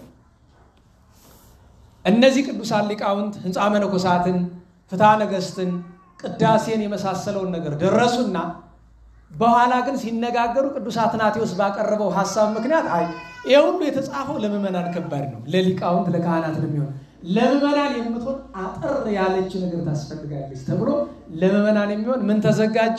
ጸሎተ ሃይማኖት። ለዛቲ ጸሎት ያንብዋ ኩሎሙ መሐይምናን እንዲል የሚያምኑ ሁሉ በቃላቸው ጸሎተ ሃይማኖት በቃል ማጥናት አለባችሁ። ምናጠናው በግዕዝ ነው፣ አማርኛ በፈለጋችሁት፣ በአረብኛም ካገኛችሁ አጥኑት። በፈለጋችሁት ቋንቋ፣ ሁሉም ቋንቋ ይማን ነው። እንዴት ዋላችሁ? የበለጠ ግን የራሳችን ግዕዝ አለ፣ ቀጥሎ አማርኛ አለ፣ ትግርኛም ኦሮምኛም በተለያየ ቋንቋ አለ። እንደ ችሎታችሁ ማጥናት። ጸሎተ ሃይማኖት ቅዱሳን ሊቃውንት ኖሯል። አንድ ክርስቲያን ቢቸግረው ቢያጣ ጸሎተ ማርያም ጸሎተ ሃይማኖትና አቡነ ዘበሰማያት ሳይደግም አይውል። ይሄን ሳይደግም ከዋለ እምነቱን ከካደ ነው ቁጡ። ይሄን ማድረግ ይገባል። በጧት በማታ አንብቧት፣ ድገሟት፣ ጸልዩት ተብሏል። የሚገርማችሁ ነገር አፄ ዮሐንስ ጻድቁ በጠዳ ሲያልፉ ሽማግሌዎች አስተናገዷቸውና አባቶች ምን ላድርግላችሁ? ቤተክርስቲያን የለንም ይስሩልና። ማን ልስራላችሁ? ጸሎተ ሃይማኖት እንድገምና ይሰሩልናል። እሺ ጸሎተ ሃይማኖት ናምን በአሃዱ አምላክ እግዚአብሔር አብ ሲሉ በቃ ብሏል። እንጨርሰው እንጂ በኋላ እንጨርሰዋለን። ለምን? እግዚአብሔር አብን እንፈልጋለን ይሰሩልን ብሏቸው እግዚአብሔር አብ ታነጸ ይባላል። እኛ ግን እናምጣው ጸሎተ ሃይማኖት ይላል። የሃይማኖት ጸሎት በአማርኛው የሃይማኖት መሰረት ይለዋል አይደለም? ጥሬ ትርጉሙ ባይሆንም እንኳን ጥሩ ነው። የሃይማኖታችን መሰረት እሱ ነው። የሃይማኖት ጸሎት ማለት ሰዎች አምነው የሚጸልዩት የሚያምኑ ሰዎች የሚጸልዩት ጸሎት ነው ባጭሩ። ናምን በአሐዱ አምላክ። እኛ በስንት አምላክ ነው የምናምን? እንዴት ዋላችሁ? አብ ወልድ መንፈስ ቅዱስ ስንል 3 አምላክ የምንል የሚመስላቸው ሰዎች አሉ። አለመረዳት ነው። አባቶቻችን ምን አሉ? ስንኳ ፈጣሪ ከፍጥረት ወገን እንኳን ሶስትነት ያለው ብዙ ነገር አለ። ዲያ ከሁሉ እንዲያው አንዲቱን መርጠን ለምሳሌ ፀሐይ አለች አይደል? እንዴት ዋላችሁ? ፀሐይ ስንሞቅ ሁለት ነገር ወደኛ ይመጣል አይደል? ቀና ስንል የፀሐይን ክበቡን ወይም አካሉን እናያለን አይደል? ከዚያ ብርሃኑ ይመጣል አይደል? እንዴት ዋላችሁ? ባይጨበጥም ባይዳሰስም ግን ብርሃኑን እናያለን። ከዚያ ደግሞ አካላችን ላይ ሲያርፍ ምን ይሰማናል? ስታስቡት ብርሃኑና ሙቀቱ ከፀሐይ ነው የመጡት አይደል? እነሱ ራሳቸው በነገራቸው ላይ ስንሞቅ ምን እየሞቀነ ነው የምንል? ብርሃኑን የምን ብርሃን ነው የምንለው? አዎ ብርሃኑ ፀሐይ ይባላል፣ ሙቀቱ ፀሐይ ይባላል፣ ክበቡ ፀሐይ ይባላል። ብርሃኑና ሙቀቱ ሲመጡ ተገንጥለው ነው እዚያም አሉ አይደለም? እኮ ነው ያንተ ሶስትነት ምስጢር ማለት ነው። በክበቡ አብ፣ በብርሃኑ ወልድ፣ በሙቀቱ መንፈስ ቅዱስ ተመስሏል። ይሄ እኮ ፍጡር ነው እንዲያው ምሳሌ ዘያሐጽጽ ነው። ስለዚህ ከሁሉ የሚቀድመው አንድ ክርስቲያን በስንት አምላክ አምናለሁ ነው የሚለው? አምላክ ስንት ነው? እግዚአብሔር ስንት ነው? አንድ ነው። እንግዲህ በአንድ አምላክ እናምናለን ካለ በኋላ ነአምን በአሐዱ አምላክ እግዚአብሔር አብ አሐዜ ኩሉ ሁሉን በያዘ በእግዚአብሔር አብ እናምናለን። ገባሬ ሰማያቱ ምድር ሰማይና ምድርን የፈጠረ አሁን አሐዜ ኩሉ ስንል ለአብ የተነገረው ሁሉ ለማንና ለማን አለ? አብ መባል አብ ብቻ ነው። አሐዜ ኩሉ ስንል ግን የማን ንብረት ነው? የሁሉም ንብረት ነው። ገባሬ ሰማያቱ ምድር ስንል የማን ንብረት ነው? የሶስቱም አካላት ንብረት ነው። ዘያስተሪ ወዘያስተሪ የሚታየውን የማይታየውን በጣም ብዙ አተታ አለ። የጸሎት ሃይማኖት አተታ ውስጥ አንገባ ስለማይበቃ ቀጥሎ ያላት ናት ርዕሳችን። ወነአምን በአሐዱ እግዚ ኢየሱስ ክርስቶስ ለአብ አካል ዘማካል ባህሪ ዘምባህሪ የተወለደ አንድያ ተቀዳሚ ተከታይ የሌለው ልጁ በሆነ በኢየሱስ ክርስቶስ እናምናለን። ቀጥሎ ያሉ ኃይለ ቃላትን ልብ በሏቸው። ወልደ አብ ዋሂድ አለ አይደለም? አንድያ የአብ አንድያ ልጁ አካል ዘማካል ባህሪ ዘምባህሪ አባቱን አህሎ መስሎ የተወለደ ዘእሩይ ምስሌው በቃ በነገራችን ላይ ይሄ ነው ሃይማኖት ማለት በጌታችን በሉስቲ በኢየሱስ ክርስቶስ እናምናለን። እርሱም ከባህሪ አባቱ ከአብ ከባህሪ ሕይወቱ ከመንፈስ ቅዱስ ትክክል ነው። በቃ ሁሉ እምነታችን ዘእሩይ ወነአምን በአሐዱ እግዚ ኢየሱስ ክርስቶስ ወልደ አብ ዋሂድ ዘእሩይ ምስሌው እምቅድመ ይትፈጠራል ዓለም ሳይፈጠር አካል ዘማካል ባህሪ ዘምባህሪ ተወልዶ ከአባቱ ጋር ትክክል የሆነ የማያንስ የማይበልጥ አባ ሕርያቆስ በቅዳሴ እንደሚነግረን ኢይልህቅ አብ ወልዱ አብ ከልጁ ከወልድ አይበልጥም፣ ወወልድኒ መንፈስ ቅዱስ ወልድም ከመንፈስ ቅዱስ አይበልጥም፣ መንፈስ ቅዱስ ከወልድ አያንስም፣ ወልድ ከአባቱ አያንስም። በቃ እሱን ነው እንድናስተውለው የተፈለገ እና በጌታችን በኢየሱስ ክርስቶስ እናምናለን ብለን ስንል እርሱ እግዚአብሔር መሆኑን እናምናለን። እናውላችሁ እርሱ እግዚአብሔር መሆኑን ንገሩኝ። ከባህሪ አባቱ ከአብ ጋር ትክክል መሆኑን፣ እርሱ ቅድመ ዓለም ፈራጅ መሆኑን፣ እርሱ ስግው ከሆነ ስጋችን ከተዋሃደ በኋላም ፈራጅ መሆኑን፣ ሰው በመሆኑ ምክንያት አምላክነቱን እንዳላጣ ዳግመኛ መጥቶ በፍጥረት ላይ እንደሚፈርድ ዛሬም በዙፋኑ ላይ ተቀምጦ የሚፈርድ እርሱ እንደሆነ ይሄ ነው ዘእሩይ ምስለ አብ በመለኮቱ ዘወቱ ሁሉ ኮነ። ሁሉን የፈጠረ ማን ነው? እርሱ። ወዘንበሌ ወሳል ወዘኮነ ከእርሱ በቀር ሌላ የተፈጠረ እሱ ያልፈጠረው ፍጥረት የለም። ወይም እንትኒ አንዳች ቢሆን ዘበሰማይኒ በሰማይ ያለ ቢሆን ወዘበምድርኒ በምድር ያለ ቢሆን ኋላ ምን አለ? ዘበይንቲያነ ለሰብ ስለኛ ስለ ሰዎች ወይ እንተ መድኃኒትነ እኛን ለማዳን ወረደም ሰማያት ከሰማያት ወረደ ተሰብኦ ተሰገወ መንፈስ ቅዱስ በግብረ መንፈስ ቅዱስ ሰው ሆነ። ከመቤታችን በሕቱም ድንግልና ተጸንሶ በሕቱም ድንግልና ተወለደ። ባጭር አደገ፣ ተጠመቀ፣ አስተማረ፣ ተሰቀለ፣ መከራ ተቀበለ፣ ሞተ፣ ሞትን ድል አድርጎ ተነሳ፣ አረገ፣ ዳግመኛ ለፍርድ ይመጣል። ይሄ ነው አንደኛው። ሰዓቱ ሄደ ይሁን? አዎ ሄዷል።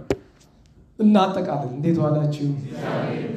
መሰረተ እምነት ስለሆነ ዛሬ ቅዱሳን ታሪክም አናስገባም። በእርግጥ ቅዱሳን ታሪክ በየመካከሉ አንስተናል። መሰረቱ ላይ ነው ዛሬ። አደራምላችሁ ነገር በአጠቃላይ በየትኛውም ምክንያትና በየትኛውም ጊዜ ቢሆን ይውላችሁ የሁሉ ነገር መሰረት በጌታችን በኢየሱስ ክርስቶስ ማመን ነው።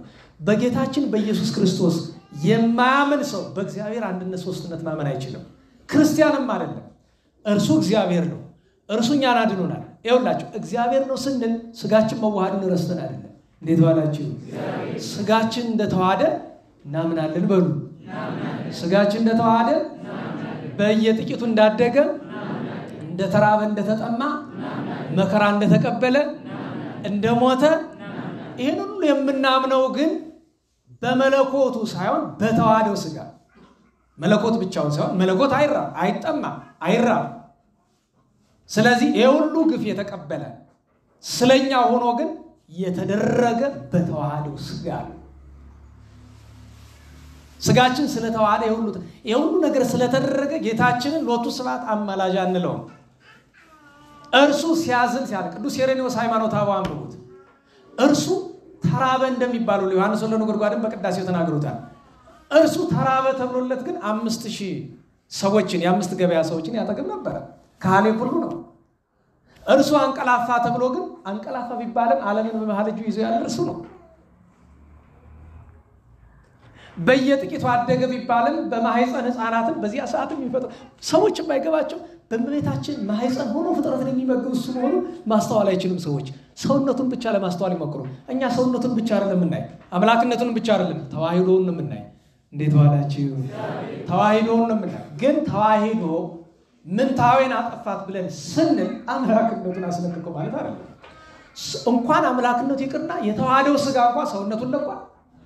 ሰውነቱን እንኳን ለቀቀ። ሰው ስጋነቱን ሳይለቅ መለኮት ተዋሂዶ ማለት እኮ ነው። ተዋሂዶ በተአቅቦ ይባላል። ተአቅቦ ምንድነው? እንዴት ዋላችሁ? ተዋሂዶ ምንታዌን ታጠፋለች፣ ሁለትነትን ታጠፋለች። ተአቅቦ ደግሞ መቀላቀልን ታጠፋለች። አንዱ እንዳያጠፋው አንድ ነገር ከአንድ ነገር ላይ ብንቀላቅለው ችግር ነው አይደል? ለምን? ሁለቱም ነባር መልካቸው ነባር ተፈጥሯቸው ያጣሉ። ስለዚህ እምነታችን ይሄ ነው። እኛን ለማዳን ሰው በሆነ ባንዱ እግዚአብሔር ወልድ በኢየሱስ ክርስቶስ እናምናለን። ነገር ግን ያዟት። ነገር ግን አፍራሽ አይለቃል። ነገር ግን ማለት እንደዚህ ብሎ መናገር ብቻ በቂ አይደለም ለማለት ነው። እሷን ማጠቃለያ እንዳደርግላችሁ ዛሬ 18 ነው 19 ስንት የእውነት አንዳንድ ጊዜ እንታጠብናል። ከሀሳብ ብዛት ታውቃላችሁ ቀኑ እንደሚጠፋ። እኔ እውነቴን ነው የሆነ ቀን ምደግመውን ጸሎት ዓርብ ነው የቅዳሜን ደግሞ የሚገርም የቅዳሜ እንዳነበብኩት እዚያ ላይ መቼ ነው ቅዳሜ ሲነጋ ዛሬ ብልደግም ነው እንዲህን ነገር ትዝ ቢል ለካ ዓርብን ትቼዋለሁ። እሱ ብቻ ቀኑ ሁሉ ግን ዛሬ ስንት ቀን መልካማን ነው የሚደግም አንዳንድ ቀን ግን ችግሩ እንደዚያ በዚያ በእኛ መኖሪያ የሚኖር ሰው የምትጠይቁት የለም ዞር ብላችሁ። እውነቴን ነው። እንዴት ዋላችሁ? ከሰው ጋር መኖር ጥሩ ነው፣ ከሰው ጋር መኖርም መጥፎ ነው። ኮንትራዲክሽን አይደለም። ከሰው ጋር መኖር ጥሩ አንዳንድ ጊዜ ያስፈልጋል፣ ብዙ ጊዜ ግን አያስፈልግም። ለክርስትናችሁ ብዙ ጊዜ ያስፈልጋል። ለክርስትናችሁ ብዙ ጊዜ የሚያስፈልጋችሁ የነፍስ አባቶች ካህናት በቃ አለ ለነፍስ የሚያስፈልግ የሥጋውን አልፎ ነው እንጂ ስትቀራረቡ ኋላ እንደው በወዳጅነት እድሜ ከህፃንነት ጀምሮ እስከ ዛሬ ድረስ ያልተፈታችሁ እውነተኛ ጓደኝነት ያላችሁ ገል የምትልሰው አላችሁ። ቀን የማይለውጠው ባለቤቱን ነው እና የሱ የሆኑ ቅዱሳን ነው። 21 ከሆነ በ14 ነው የተገኘ። በ15 የዲያቆናት አለቃቸው የሰማዕታት መጀመሪያቸው ቡሩክ ሐዋርያ ቅዱስ እስጢፋኖስ ፍልሰቱ፣ ታላቁ ጻድቅ አቡነ ኢየሱስ መዓዛ ሐይቅ ፍልሰታቸው፣ ማሕሌተ ጽጌ ሁሉን የደረሱት አቡነ ገብረ ማርያም ዘደብረ ሐንታ ገባሬ መንክራት ድንቅ ጻድቅ ናቸው። እረፍታቸው አባ ጴጥሮስ መምህረ ጻና ዓመታዊ እረፍት ዘሀገረ ጠራው ጻና የጻናው እንኳን በዋዜማ በ14 ነበር። በ16 ኢየሩሳሌም ናት ብለናል። እዚያ ትንሽ ጉባኤ ላይ አወሳስተናታል። ኢየሩሳሌም ለምን ተባለች? ቅድስት እሌኒ 80 ቤተክርስቲያን አሰርታ 79ኙ በ16 ተቀደሰ። በተደጋጋሚ የሚነሳ ነገር አለ። ደመራው የሚለኮስ መቼ ነው? በነገራችሁ ላይ ደጋግመን ተናግረናል። እንዴት ዋላችሁ? አዲስ አበባ ወይም በደቡብ ኢትዮጵያ ክፍል የሚደረገውን አንነቅፈውም፣ ግን ስርዓት አይደለም። ጎንደርም የሚደረገው አንነቅፈውም፣ ግን ስርዓት አይደለም። አድሎ አይገባም። ለምን ብትሉ ደመራ መቃጠል ያለበት ሌሊት ነው ማለቅ ያለበት። ታዲያ ለምንድን ነው የማትነቅፈው ከተባለ ሸዋዎቹ ሩቅ አይደለም ቅርብ ጊዜ ነው የለወጡት። ማለት ቅርብ ጊዜ ስላችሁ የኛ ቅርብ ጊዜ አይደለም፣ ብቻ በ20ኛው ክፍለ ዘመን ውስጥ የተቀየረ ነገር ነው። ለምን ቢባል ለቤተ መንግስት አከባበርም አይመችም። ምክንያቱም ለነገስታቱ ለመኳንንቱ አይመችም፣ ተሰብስቦ ለማክበር ሌሊት አይመችም። ስለዚህ የጎንደር ነገስታትና ሊቃውንት ምንን መረጡ? የሚመጣውን መዓልት መረጡ። የሸዋዎቹ ደግሞ ምንን መረጡ? ዋዜማውን መረጡ። ትክክለኛው አከባበር ግን ምመኑ የሚያከብረው ነው። ሌሊት ተነስቶ ደመራ ይለኮሳል። የዛሬ ሳምንት እንደዛ ብያችሁ ይዤ ጎንደር ውስጥ ያለ ቢጤያችሁ አንድ ሰባኪ በዛ በአደባባይ እሱ ነው መሰለኝ ያለ ሰውዬ ደመራው መቃጠል ያለበት የህዝቡ ከአፄ ደመራ በኋላ ነው ብሎ አሉ ነው። እንግዲህ እንዴት ዋላችሁ? እኔ መቃወም ብሎ ከሆነ ባይደክም ጥሩ ነበር። እና በሞቴ ባለፈው አንድ ነገር ተወቃቅሰናል አይደለም? ብሉይ ሐዲስ ሺህ ጊዜ ብትይዙ ታሪክ ካላጥናችሁ ምንም ያው በድል ማለት ናቸው። ቃል ካላችሁ ቅርታ ጠይቃለሁ። ግን ግልጹን ነው የምነግራችሁ። ታሪክ ካላወቃችሁ በተአምር ሰባኪ መሆን አትችሉ። ጠብታ ታሪክ አትችሉ። ታሪክ ወቁ። እና የሰው የደመራ ስርዓት ጉባኤ ቤት ይነገራል አለ። ደመራ ስርዓት ጉባኤ ላይ የለም እኮ። እሱን ለማጥናት ታሪክ ማወቅ ያስፈልጋል። እያንዳንዷ ነገር አፄ ደመራ ምን እንደሆነ ከተፈጠሩ የማያውቅ ሰው ደመራ ማን ነው የሚደምር ታውቃላችሁ? እንደናንተ ነው ለምናንተ ተውት። ደመራ ማን ነው የሚደምር? ስንት ሰዓት ነው የሚደምር? ሲደመር ምን ስርዓት ነው የሚደረግ? እስኪ እንታን ጠይቋችሁ። ይሄን ሁሉ ጥንቅቅ አድርጎ የሚያውቁሳቸው ናቸው። ሊቅ የሚያሰኛችሁ ብሉይ ሐዲስ ብቻ አይደለም፣ ሌላ ብዙ አስገራሚ ነገር ያውቃሉ። የእንታ ተሾመ ሲያርፉ ሐዘናችን ትልቁ እኮ ይሄ ነው። ብሉይ ሐዲስማ በመጽሐፍ ተጽፏል። ታሪኩ ይገኛል። እና አስባችሁታል? ይሄ ሰውዬ ደመራው ካለቀ በኋላ ነው ማለቱ ምንድነው? ደመራውን ግድ የለም በ18 አቃጥሉት ነው። ምክንያቱም ደመራው ካለቀ በኋላ ቀጥሎ የሚመጣው ሰዓት ሰርክ ነው። ከ9 ሰዓት በኋላ አይደለም ለ18 አድርጉት እያለ ነው። እና ይሄ ሰውዬ በነገራችሁ ላይ አድርባይነት እኮ ልክ አይደለም። ወጣቱ ይወደኛል። እኔ በነገራችሁ ልብ ከኔ ሌላ ምንም ቁም ነገር አታገኝ ይችላል። እቺን ቁም ነገር አገኝ። ይሄ ሁሉ ወጣት መጥቶ እዚህ የሚማር ስለማመሰግነው እንደኔ የሚናገራችሁ ሰው አለ። ለምንድን ነው የምትመጡ? የቅድሟን ጥቅስ አምጣት። ለምንድን ነው የምትመጡ? አምጡ። ወደሽ ቆማጤ ነው ብትመርቂ ነው። ብትመጣ ባትመጣ እኔ ምን አገባኝ? እንጀራ አይደለም እኮ አንተ ብትመጣ ለራስህ ነው፣ ብትቀር ለራስህ ነው። አንድ ሰው ባስተምር የማገኘው በረከት ያው ነው። ሺህ ሰው ባስተምር ለውጥ የለውም። ለኔ ብትመጣ ለራስህ ነው፣ ብትቀር ለራስህ ነው። ዛሬ አሁን ትማርና አለ እኮ ዛሬ 5 ዓመት የነበረው ነው። ቦቅ ሲል ደግሞ ትሄዳለህ። ደህና ሰንብት። ለወሌላ ይመጣል። ለምን? እኔ ቸሩ መድኃኔዓለም አይክፋው ነው እንጂ አንተ ቢከፋ ባይከፋ ምን አገባኝ? እኔ እንዲርብህ አልፈልግም፣ እንዲጠማ አልፈልግም፣ ከእግዚአብሔር እንድትለያይ አልፈልግም። ቢርብህ ካለኝ አበላሃለሁ፣ ቢጠማ ካለኝ አጠጣሃለሁ፣ ብትታረዝ ካለኝ አለብስሃለሁ። ደስ ይበልህ ብዬ ግን የእግዚአብሔርን ፈቃድ ላንተ አልጥስልህም። እግዚአብሔር የማያስደስት ነገር ወጣቱ እንዳይከፋው ምን አገባኝ ቢከፋ። ደህና ዋላችሁ? ቅር አላችሁ እንዴ? ቢልስ ምን ታመጣለህ? አለቃዬ ነህ እንደ አንተ። እኔ እኮ ነኝ የማዝ አስተማሪ ነኝ እኮ። ባልመጥንም ለአስተማሪነት ላንተ ግን አስተማሪ ነኝ። አንድ ቀለም የነገረ እንደ አባት ነው ተውሏል እኮ። አዛሃለሁ እኔ የምልህን ነው የምትሰማ። የተሳሳትኩ ቀን ግን መጽሐፍ ይዘህ የለም ይሄን ተሳስቷል ልትለኝ ትችላለህ። ከዛ ውጪ አንተን ፈቃድ ልፈጽም አልችልም። እና ይሄ ጥሩ አይደለም። ሰውን ደስ ይበለው የለም። ቀድም አላያችሁም? ይሄንታ ሲያስተምሩ እንዴት ነው ያስተምሩ? በቃ የለም እዛው ሊያውሉ ፖለቲከኛ እያለ አይ ከንቲባው ቢከፋውስ ብለዋል። የለም እድሉ ስለተገኘ በደንብ እንኳን ሌላ አይገባቸውም እንጂ ሰዎቹ አባይስ ተመረቀ መብራቱ ጠፋ እንጂ ያባል። ይሄ እኮ ኮንትራዲክሽን ነው። እኔ በእውነት በፖለቲከኞች ቦታ ሆነ ያሰቅቅ ነበር። ሁለተኛ ነገር ግዕዝ ሞቷል አሉ። ማን ይናገር የነበረ ማን ያርዳ የቀበረ። እንደው ግዕዝ ከነመፈጠሩ ምንም የማያውቅ ሰውዬ ግዕዝ ሞቷል ብሎ አደባባይ ሲወጣ እንዴ ያሳፍራል እኮ። ግዕዝን ሀቢሉት ለማይል ሰውዬ የግዕዝ ደንቆሮ እኮ ነው ሰውዬው። በአማርኛ ግጥም ጻፍኩ ብሎ ይራቀቅብናል እንዴ ሰውዬው። እና ያስፈልጋል እኮ ለሁሉም ቦታ አለ። ሁለት አይነት ጎዳና ያለ፣ አንደኛው ዘወትር ሐቅ ብቻ መናገር፣ ዘወትር ሐቅ ብቻ እንደማን በዛ ማዶ እንዳለው ሰውዬ ዘማንተራ በዛ በምዕራብ አውሮፓ ዘወትር ሐቅ ብቻ ከሆነ ማለት ነው። ፈሊጥ ከሆነ እንደይታ ፈሊጥ አላቸው ይላል ሁሉ ቀን አይናገሩ። ያ መንፈስ ቅዱስ የሚያመጣውን ነገር አይቶ ነው የሚናገሩ። እንደዚያ ነው። ምን ትለኛለህ?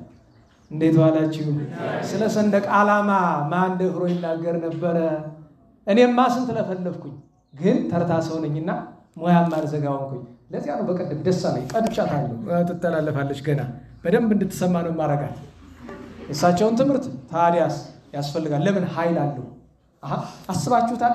አንድን ሰው እንዲወድቅልህ ከፈለክ በ5 ዓመት ህፃን ቡጢ አይደለም በ35 ዓመቱ ያውም ብረት በሚያነሳው ሰውዬ ቡጢ ነው ማስመጣት።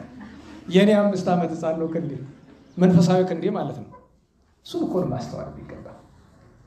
ለሁሉም በ16 ኢየሩሳሌም ታላቁ ባይታዊ አባ አጋቶን ጦቢት ወልደ ገባኤል ነብዩ ቅዱስ ጦቢት ምጽዋት ወዳጁ አቡነ አስራተ ማርያም በጎጃም ካሉ ቅዱሳን መካከል ከነበሩት አንዱ እሳቸው ናቸው። በ17 ከቅዱስ መስቀሉ ጋር ለቅዱስ አውዶኪስ ቄስ ነው። መስቀል ሲሰደብ አይቶ ተበሳጨ። እኮ ነው ቅድም መምህር ያለው እውነተኛ መምህር ያለው ተበሳጨ አይደለም። ያ ሳምራዊ ምን አለው? ይሄንን ውሃ ጣፋጭ ካደረግክ እኔ በመስቀል አምንልሃለሁ በተሰቀለው አምናለሁ አለ። እስቲ አስቡት እኛ ብንሆን ወይ ውሃ ማጣፈጥ ወይ ውሃ ማጣፈጥ ትል ያለበትን ውሃ አጣፍጦ እንዴት ብሎ የአውዶኪስ ግን አጣፈጠው። ሰላም ለአውዶኪስ ለበዓለ መስቀል ዘጌሰ ነው አይደል? ምስለ ሳምራዊ በፍና ሀበ ተባአሰ በጽዮ ጸሎቱ ምረማይ ፈወሰ ወበውሂዙ አይመነ ብዙሃነ ነፍሰ ያለው ይሄን እኮ ነው። እንዲያው ሴቶች እሳት ቅድስት አውግንስጥ አንስት ያስቧል። ተማርካ ለባርነት ሄደች። ዛሬ ዘመን አረብ ሀገር እንደሚሄዱት እህቶቻችን ማለት ነው። አንዲት ከአረብ ሀገር ካሉ እህቶች ድሮ ቀድሞ እንደዛሬ ስልክ ሳልዘጋ ማናገራቸው መካከል አንደኛዋ ገንዘብ ስትልክ ይሄ የኔ ይሄ ደግሞ ያሰሬ አሰሪሽ ክርስቲያን ናት እንዴ? አረ የለም እስላም አረብ ናት። እናሳ አይ ብቻ ምንድነው ገንዘቡን ለማን ነው የምትልኪው ብላ ስትለኝ አይ እንደዚህ ለገዳማትና ለተቸገሩት ነው። አረ የኔንም አብረሽ ላኪልኝ ያለች ሰጠኛለች አለች። አረችንስ እንዲያው ያምጣት በደንብ በእውነት እቺ ለክርስትና ትገባለች። ገና እዚያውና ቅንነት ያላት ናት። እና ታወግንስጥ በሄደችበት ስፍራ ጾም ጸሎት እያደረገች አንድ ቀን የንጉሱ ልጅ ታሞ ሞተ አይደል? አፈፍ አድርጋ አንስታ እምነት በስመ አብ ወወልድ ወመንፈስ ቅዱስ አሐዱ አምላክ ብላ ብትልበት ብድግ። በዚህ ምክንያት ህንድን ድጋሚ ከካደችበት በ4ኛው ክፍለ ዘመን መጨረሻ አካባቢ ያሳመነች እኮ እሷ ናት። ቅድስት ታወግንስጥ ሮማዊታ። ታዲያ የሚገርማችሁ ነገር ገዳም አቆማ እመምኔቱን አስታገለግሉና ስታርፍ መስቀልን ተወድ ነበርና ከመቃብሯ ላይ ከሰማይ እስከ ምድር የሚደርስ የብርሃን መስቀል ተተክልላት። ምን ትለኛለህ? እንዲያ ነው እንጂ እግዚአብሔር የሁሉንም በረከት ያሳድርብን። ያን ቀን አኖሪዎስ፣ አርቃዴዎስ፣ ቅዱስ ቆስጠንጢኖስ፣ እናታችን ቅድስት እሌኒ፣ ኢንዳስ የሚባል የሮም ንጉስ፣ ቁንስጣ የቆስጠንጢኖስ አባት እነዚህ ሁሉ ዓመታዊ ባላቸው አፄ ዘርዓ ያዕቆብ እነዚህ ሁሉ ዓመታዊ ባላቸው ነበር። በ18 በጣም ብዙ በዓል ነው ያለ። ሄደች እንደ ሰዓት አይናችሁ ሲርገበገብ አይዋለሁ። እውነታችሁን ነው። አይ ሄድ ብሏል። የሚገርማችሁ ነገር በጣም ተዘጋጅቼ ነው የመጣው አጭር ትምህርት ለማስተማር። እኔው ለእናንተ አዝኛ አይደለም መጀመሪያ ለራሴ ነው። ግን እንግዲህ አይሆንም። ታይመር ታዲያ አስታውሱኝ ብያለሁ። ሰዓት ተቆጣጣሪ እኮ ነው ያዘው ይላል። በሉ አስታውሱኝ። አሙን ፈጣይታል አተ ይተለስተባሪ የለም ማለት ዝክር የቆረሰ ነው። አስታውሱ። ሳምንት ሰዓት ምን ሰው ያስፈልገናል። በቃ መቆጠብ ስላለብን ደሞ ጽጌው ስለምትገባ እንደዚህ ያናደርግ።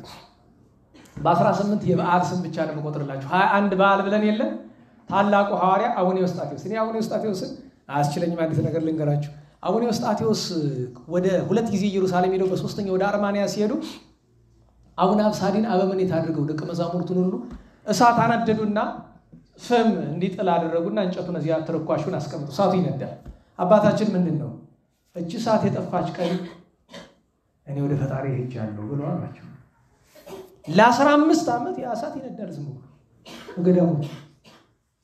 አንድ ቀን በ1343 ዓመተ ምህረት አካባቢ በ1345 ዓመተ ምህረት አቡነ ዮስጣቴዎስ በወጡ በ15 ዓመት ጧትና አቡነ አብሳዲ ብቅ ቢሉ ሳልጠፍቱ አንገት ለአንገት ተያይዘው ተላቀሱ። ምን ነው ቢሏቸው አባታችን አለ። በትክክል እዚያ ሰዓት ነፍሳቸው ከስጋቸው ስትለይ አቡነ መርቆሬዎስ በክንዳቸው ይዘዋቸው ጻድቁ አቡነ መርቆሬዎስ አሁን ኤርትራ ገዳም ያላቸው ያን ሰዓት እሳት አጠፋቸው። ይሄ በቃል ለማስታወሻ። ሌላ ሁለተኛው ታላቁ አኖሪዎስ የአቡነ ተክለ ሃይማኖት ደቀ መዝሙር ምን አሉ? አባታችን ተክለ ሃይማኖት አሉ በአቡነ ተክለ ሃይማኖት ዘመን ወንድና ሴት የሚባል የለም፣ አንድ ላይ የሚኖሩ ለምን? ሰይጣን ታስሮ ማለት ነው። አቡነ አኖሪዎስ ቀር ብሎ አባቴ አቤት ወንድና ሴት ይለያይ። ለምን? አባቴ አንተ ማትኖርበት ዘመን ይመጣል፣ ያን ጊዜ ጭንቅ ነው፣ ይለያያሉ። ምግብ ታዲያ ማን ይስራ ለመነኮሳቱ አሉ አቡነ ተክለ ሃይማኖት። እኔ እሰራለሁ። በዚያ ጊዜ ነው የተጀመረው። ወንድ ለወንድ ይስራ፣ ሴት ለሴት ይስራ። ሴቶቹ ተበሳጩ። የአባታችን የተክለ ሃይማኖትን በረከት እንዳናገኝ አይደሉ? አንዲቱ ተበሳጭታ አልቀረችም። ሌሊት መጣ ተከመረችባቸው አቡነ አኖሪዎስ ላይ ልታስት ማለት ነው። ብለው ጮሁ። አይ ጥፊ ነበረ ግን እሳቸው ጻድቅ ናቸው። እንደዚህ ያደርጉም ደንግጣ ተነስታ ሄደች። ሲመጡ ምን ሆንከ ወንድማችን? ነብር ሊበላኝ። ለጊዜው ነውሯን ለመሰወር ነው፣ ምስጢሩ ግን ሌላ ነው። አልነገራችሁም፣ ከገባችሁም ጥሩ ነው። ነብር ሊበላኝ። ያቺ ሴት ግን ሄዳ ቆባን ጥላ ከሌላ ሰው ጸንሳ መጣች። ሃማን ነው ስትባል ከአኖሪዎስ ነው አለች። አቡነ ተክለ ሃይማኖት ጠርተው ልጅ አድርገዋል አሉ። ሰው ሆኖ ከኃጢአት የሚነጻ የለም አዋሉ። ታስረው ብዙ ተሰቃዩ። ኋላ ግን አቡነ ተክለ ሃይማኖት እያለቀሱ ይጸልዩ ነበር፣ ልጄን ይቅር በለው እባክህ እያሉ። ኋላ ያቺ ሴት ልትወልድ ደረሰችና 4 ቀን በምጥ ተጨነቀች። ምን ነው ሲባል አረ ከገሊን የጸነስኩ አኖሪዎስ ንጹህ ነው አለች። ያን ጊዜ ሄደው ልጄ ምን ነው አላጠፋውም ብትለኝ ብለዋል። ተፈታ አሏቸው። አልፈታም። ለምን? ትንሽ ልቀጣ ብለዋል። የለም ልጄ ተፈታ ብሎ ሲላቸው እንኪያስ አንተ አትፍታኝ መንፈስ ቅዱስ ይፍታኛል። ብጥስጥስ አለ ሰንሰለቱ እዚያው ላይ። ታላቁ ጻድቅና ሐዋርያ አኖሪዎስ ማለት እሳቸው ናቸው። ኑሩሴን ሲሉ በዚህ በድሬ ባለ ሲለውንም ከሰማችሁ ኑሩሴን ማለት ሰላሞቹ ወደድን ብለው ነው ያወጡላቸው ስም ነው።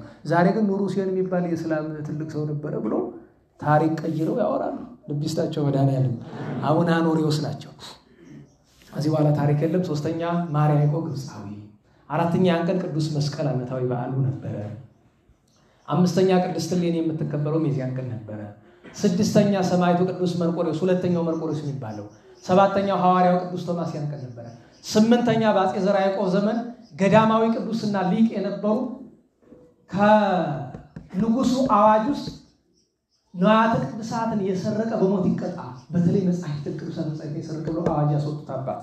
ዘጠነኛ እናታችን ቅድስት ጸበለ ማርያም ታራሚት መንገድ ላይ እልፍ ስትል በገድል እያለች አንድ ድሃ ኧረ እባክሽ ስለ ቸሩ መድኃኒዓለም አላት።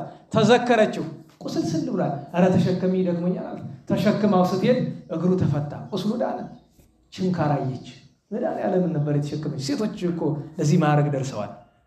ተሸክማ ቅዱሳን መላእክት ይወዷት ነበር። ስትጸልይ በመቃብር የተቀበሩ ነፍሳት ሲጮሁ ትሰማቸዋለች እና ቀረብ ብላ ምን ሆናችሁ ስትላቸው ጸሎት ጨምሪ ጥቂት ረፍት እንድናገኝ ይሏት ነበር። እንደ ታላቁ ሲኖዳ ማለት ነው። ስንተኛ ናት እሷ? ዘጠነኛ።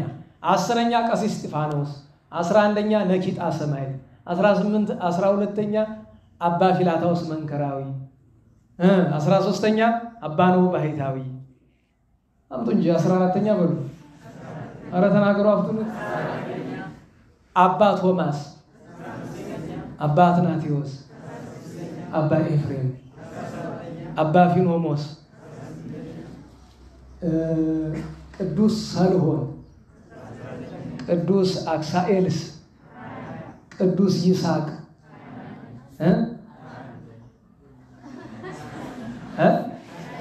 21ኛ ነው። ምን አልኳችሁ እስቲ?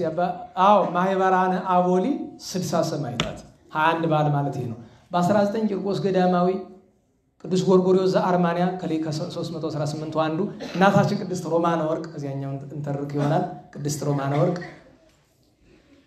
መስቀልም የዚያን ቀን ይታሰባል። በ20 እናታችን ቅድስት ቴዎብስታ ታሪኳን እዚህ በፊት ሁለት ጊዜ ተረክላችኋለሁ። መሊዳማ አቴና የሚባሉ ደናግል፣ ብዙ ቅዱሳንና አርማኔዎስ ጻድቅ፣ አባ አትናቴዎስ፣ አባ መቃርስ የሚባሉ ጳጳሳት ነበሩ የዚያን ቀን።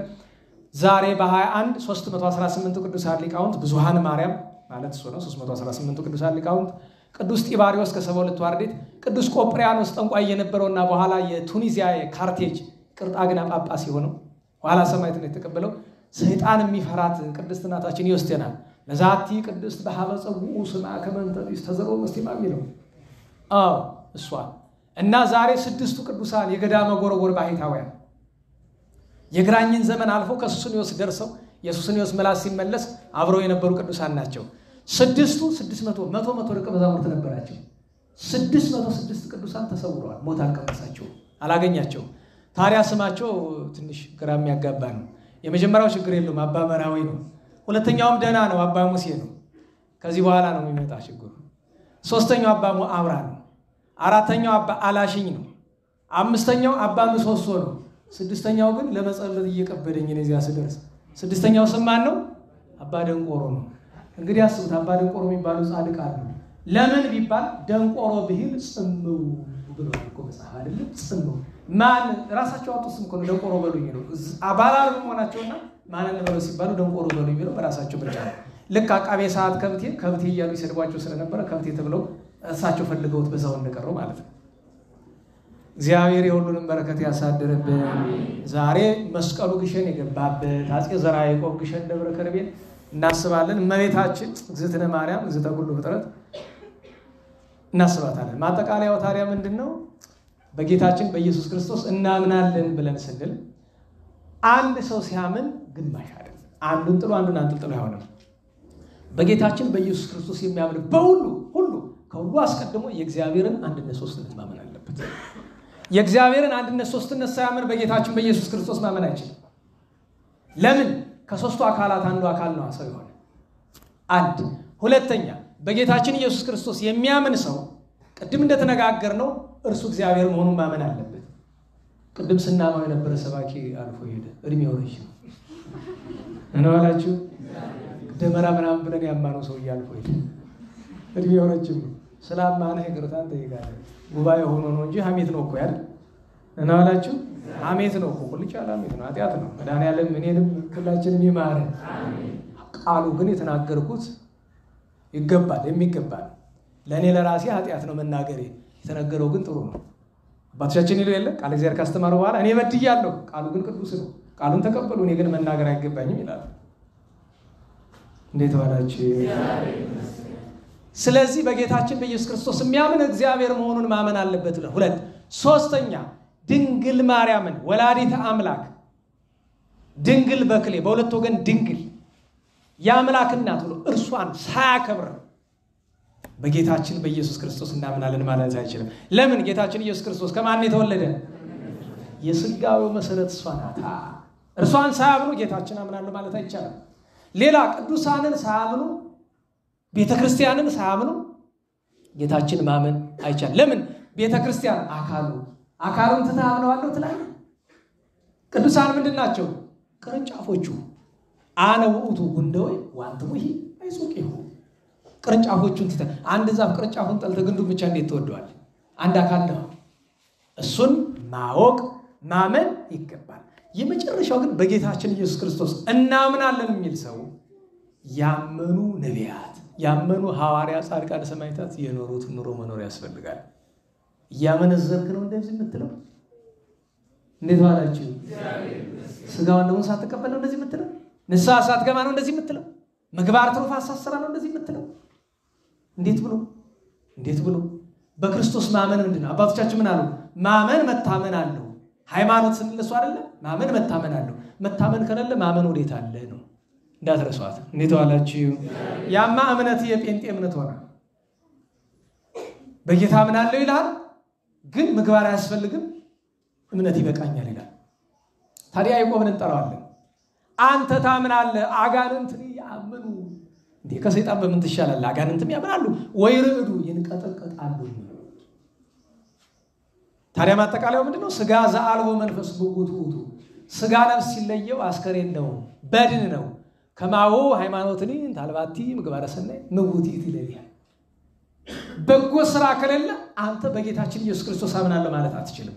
ስለዚህ ከዛሬ ጀምረን በጌታችን እግዚአብሔርነት በድንግል ወላዲተ አምላክነት በቅዱሳን ክብርና አማላጅነት እንመን። ማመናችንም በጾም በጸሎት በስግደት በምጽዋት በፍቅር በትህትና በየዋሃት በትዕግስት በበጎ ስራ ሁሉ እንግለጠው ለማለት ነው። በጌታችን በኢየሱስ ክርስቶስ ከመጨረሻው ሐቅ ታማመንን የቅዱሳን ሊቃውንት አምላክ መድኃኔዓለም ቸሩ ያድለን። ነገ ቅዱስ ዮልዮስ አለ፣ ቅዱስ ኮቶሎስ አለ። በ23 አውናባዮስና እንድሪያስ ቴክላ መራተ ክርስቶስ አለች። በ24 እናታችን ቅድስት ክርስቶስ ሰምራ ዓመታዊ በዓሏ ነው። መስከረም 24 ብዙ አይታወቅም፣ እንሳለም ክርስቶስ ሰምራ ስላለች ታቦቷ ቅድስት ክርስቶስ ሰምራ መንና ደብረ ሊባኖስ የገባችበት ቀን ነው። በ24 የዚያን ቀን ቅዱስ ጎርጎርዮስ መነኮስ አለ። ሌሎች ብዙ በዓላት አሉት፣ መሽቶብናል። በ25 ታላቁ ነቢይ ቅዱስ ዮናስ፣ ቅዱሳን ሐዋርያት የዚያን ቀን ዓመታዊ በዓላቸው ነው። ክረምት የሚያበቃበት ቀን ነው የዚያን ቀን። በ25 በዓለ መስቀልም ማጠቃለያ የዚያን ቀን ነው። በ26 ጽጌ ትገባለች፣ ጾመ ጽጌ ትገባለች። ያን ቀን እመቤታችን የዮሴፍን በትር ያለመለመችበት አንድም ጾመ ጽጌ 2 ነው። ከዚያ ዮሐንስ መጥምቁ ጽንሰቱ ነው። ዘካርያስ ኤልሳቤጥ፣ ቅዱስ ገብርኤል ሰማዕቱ ቅዱስ አቦሊን የምናስብበት ቀን የዚያን ቀን። በ27 የቸሩ መድኃኔዓለም ወርሃዊ መታሰቢያ ቀን አባ ዮሐንስ ዘደብረ ጽጌ። ዮሐንስ ዘደብረ ጽጌ ማለት አባ ድንግል ናቸው። እሳቸው እናስባለን። ቅዱስ አንጢላሪዎስ በትርጓሜ የምታውቁት እናታችን ቅድስት ጤቅላና ደገኛ ሰማዕት ቅዱስ ኤዎስጣቴዎስ ከቤተሰቡ ጋር የተሰዋው ቅዱስ ኤዎስጣቴዎስ የዛሬ ሳምንት በ28 እናታችን ሶስናን እህቶቻችን ዘክሯት። እነዚያ ረበናት መጥተው ከክብር ሊያሳንሷት አልሆነም ሊያስገድሏት ነበር አይደል? አዎ ተወከልኩ በእግዚአብሔር ለማለት እሷን መዘከር ያስፈልጋል። ቅዱስ ሶስና ቅዱሳን አባዲርና ኢራኢ እዚያን ቀን ዓመታዊ በዓላቸው ነው። እግዚአብሔር አምላካችን ሁላችንን የዚያ ሰዎች ይበለን።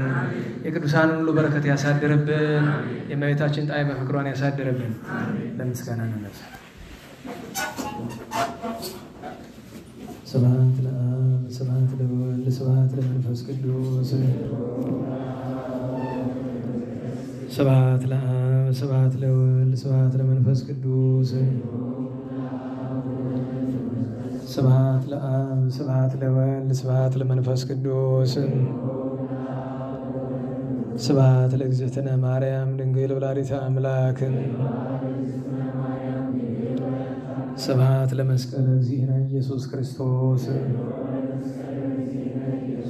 ክርስቶስ በምሕረቱ ይዘከረነ አመዳግም ምጽአቱ እያስታፍረነ ለሰቦተ ስሙ ያንቃሃነ ወበአምልኮቱ ያጽናሃነ እግዝእትነ ማርያም አይርጊ ጸሎተነ ወአስተስሪ ኩሎ ኃጢአተነ ቅድመ መንበሩ ለእግዚእነ ለዛብልዐነ ዘንተ ህብስተ ወለዘአስተየነ ዘንተ ጽዋዓ ወለዘሰርዐ ለነ ሲሳየነ በአራዘነ ወለዘተአገሰ ለነ ኩሎ ኃጢአተነ ወለዘወሃበነ ሥጋሁ ቅዱሰ ወደሞ ክቡረ ወለዘአብጽሐነ እስከ ዛቲ ሰዓት መላለም ምሕረቱ ናብሎቱ ስብሐት ወኩቴተ ለእግዚአብሔር ልዑል ወለወላዲቱ ድንግል ወለመስቀሉ ክቡር ይትሐኮቱ ይሰብሐ ስሙ ወአትረፈ ኩሉ ጊዜ ወኩሉ ሰዓት ስብሐት ለአብ ወወልድ ወመንፈስ ቅዱስ ይእዜኒ ወዘልፈኒ ወለዓለመ ዓለም አሜን።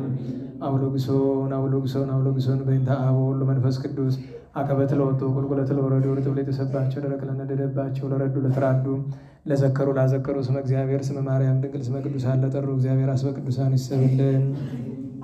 ጸሎተ እግዝእትነ ማርያም እንበል።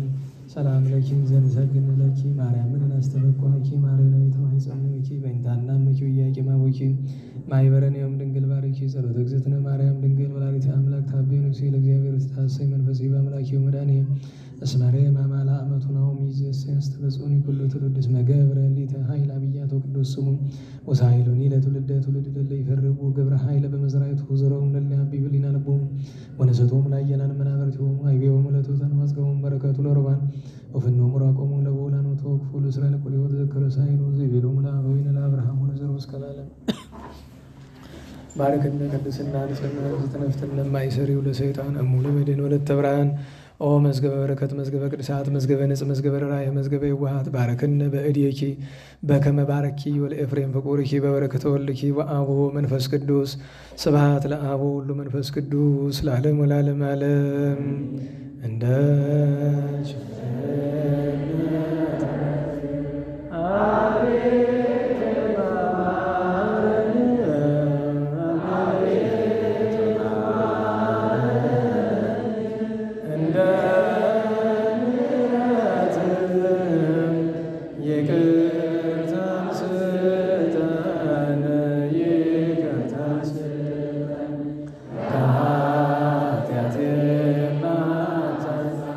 ከግፉ በደሌ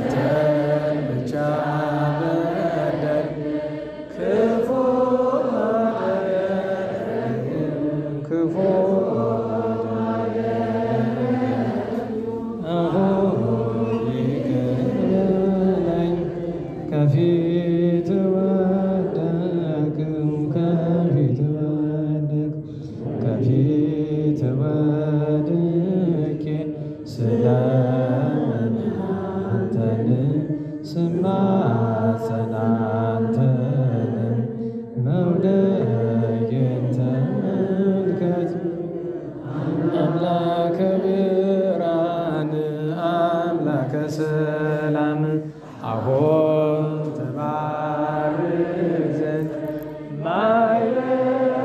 ማይበራችንን ጸሎታችንን ጌታ ሆይ ላክልን መንፈስ ቅዱስን ድንግል ማርያምን አሁን ትጠብቅ ዘንድ ሀገራችንን ሃይማኖታችንን ጌታ ሆይ ላክልን ቅዱስ ሚካኤል ቅዱስ ገብርኤል አባታችን በሰማያት የምትኖር መንግሥትህ ትምጣ፣ ፈቃድህ በሰማይ እንደሆነች እንዲሁም በምድር ትሁን። የዕለት ምግባችንን ስጠን ዛሬ፣ በደላችንን ይቅር በለን እኛም የበደሉንን ይቅር እንደምንል። አቤቱ ወደ ፈተና አታግባን ከክፉ ሁሉ አድነን እንጂ መንግሥት ያንተ ናትና ኃይል፣ ክብር፣ ምስጋና ለዘላለሙ አሜን። እመቤታችን ቅድስት ድንግል ማርያም ሆይ በመልአኩ በቅዱስ ገብርኤል ሰላም እንልሻለን። በሐሳብሽ ድንግል ነሽ፣ በሥጋሽም ድንግል። የአሸናፊ እግዚአብሔር እናት ሆይ ሰላምታ ላንቺ ይገባል። ከሴቶች ሁሉ ተለይተሽ አንቺ ቡርክት ነሽ፣ የማኅፀንሽም ፍሬ ቡሩክ ነው። ጸጋን የተመላሽ ቅድስት ሆይ ደስ ይበልሽ፣ ልዑል እግዚአብሔር ከአንቺ ጋር ነውና ከተወደደ ልጅሽ ከጌታችን ከመድኃኒታችን ከኢየሱስ ክርስቶስ ዘንድ ይቅርታና ምሕረትን ለምኝ ኃጢአታችንን ይቅር ይለን ዘንድ ለዘላለሙ አሜን። ክብር ምስጋና ይሁን አንድ አምላክ ለሆነ ለአብ ለወልድ ለመንፈስ ዛሬ ለጸሎት ስለነበረን ጊዜ ቅዱስ አምላካችን እግዚአብሔር ስሙ የተመሰገነ ይሁን፣ የተመሰገነ ይሁን። ከለም ባነጠብን በአፈ መላእክት ይረምልን። በሰላም አስጀምሮ በቸር ያስፈጸመን ቸሩ አምላካችን እንቅፋት ሳይመታን እሾህ ሳይወጋን ኃጢአት ሳይሰለጥንብን በደልም ሳይገዛን የብርሃን መላእክት በፊት በኋላ በቀኝ በግራ እየጠበቁን ለጊዜ ወደ የቤታችን ለፍጻሜው ተስፋ ወደምናደርጋት መንግሥተ ሰማያት ከተከፈተች ገነት ከተነጠፈች ዕረፍት ከአባቶቻችን ርስት ሁላችን በሰላም ያድርሰን፣ በሰላም ያድርሰን። ሳምንት እንግዲህ እንደ ፈቃዱ ለማሻሻል እንሞክራለን። ስብሐት ለእግዚአብሔር ልዑል ወለወላዲቱ ድንግል ወለመስቀሉ ክቡር ዕፀ ኃይል አሜን።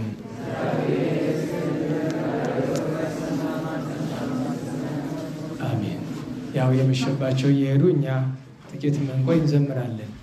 ጸጋነ ሳይነ ወሕይወተ ረከብነ ጸጋነ ሳይነ ወሕይወተ ረከብነ በኃይለ መስቀሉ ለኢየሱስ ክርስቶስ በኃይለ መስቀሉ በኃይለ መስቀሉ ለኢየሱስ ክርስቶስ በኃይለ መስቀሉ ኪያከ እግዚኦ ነአኩት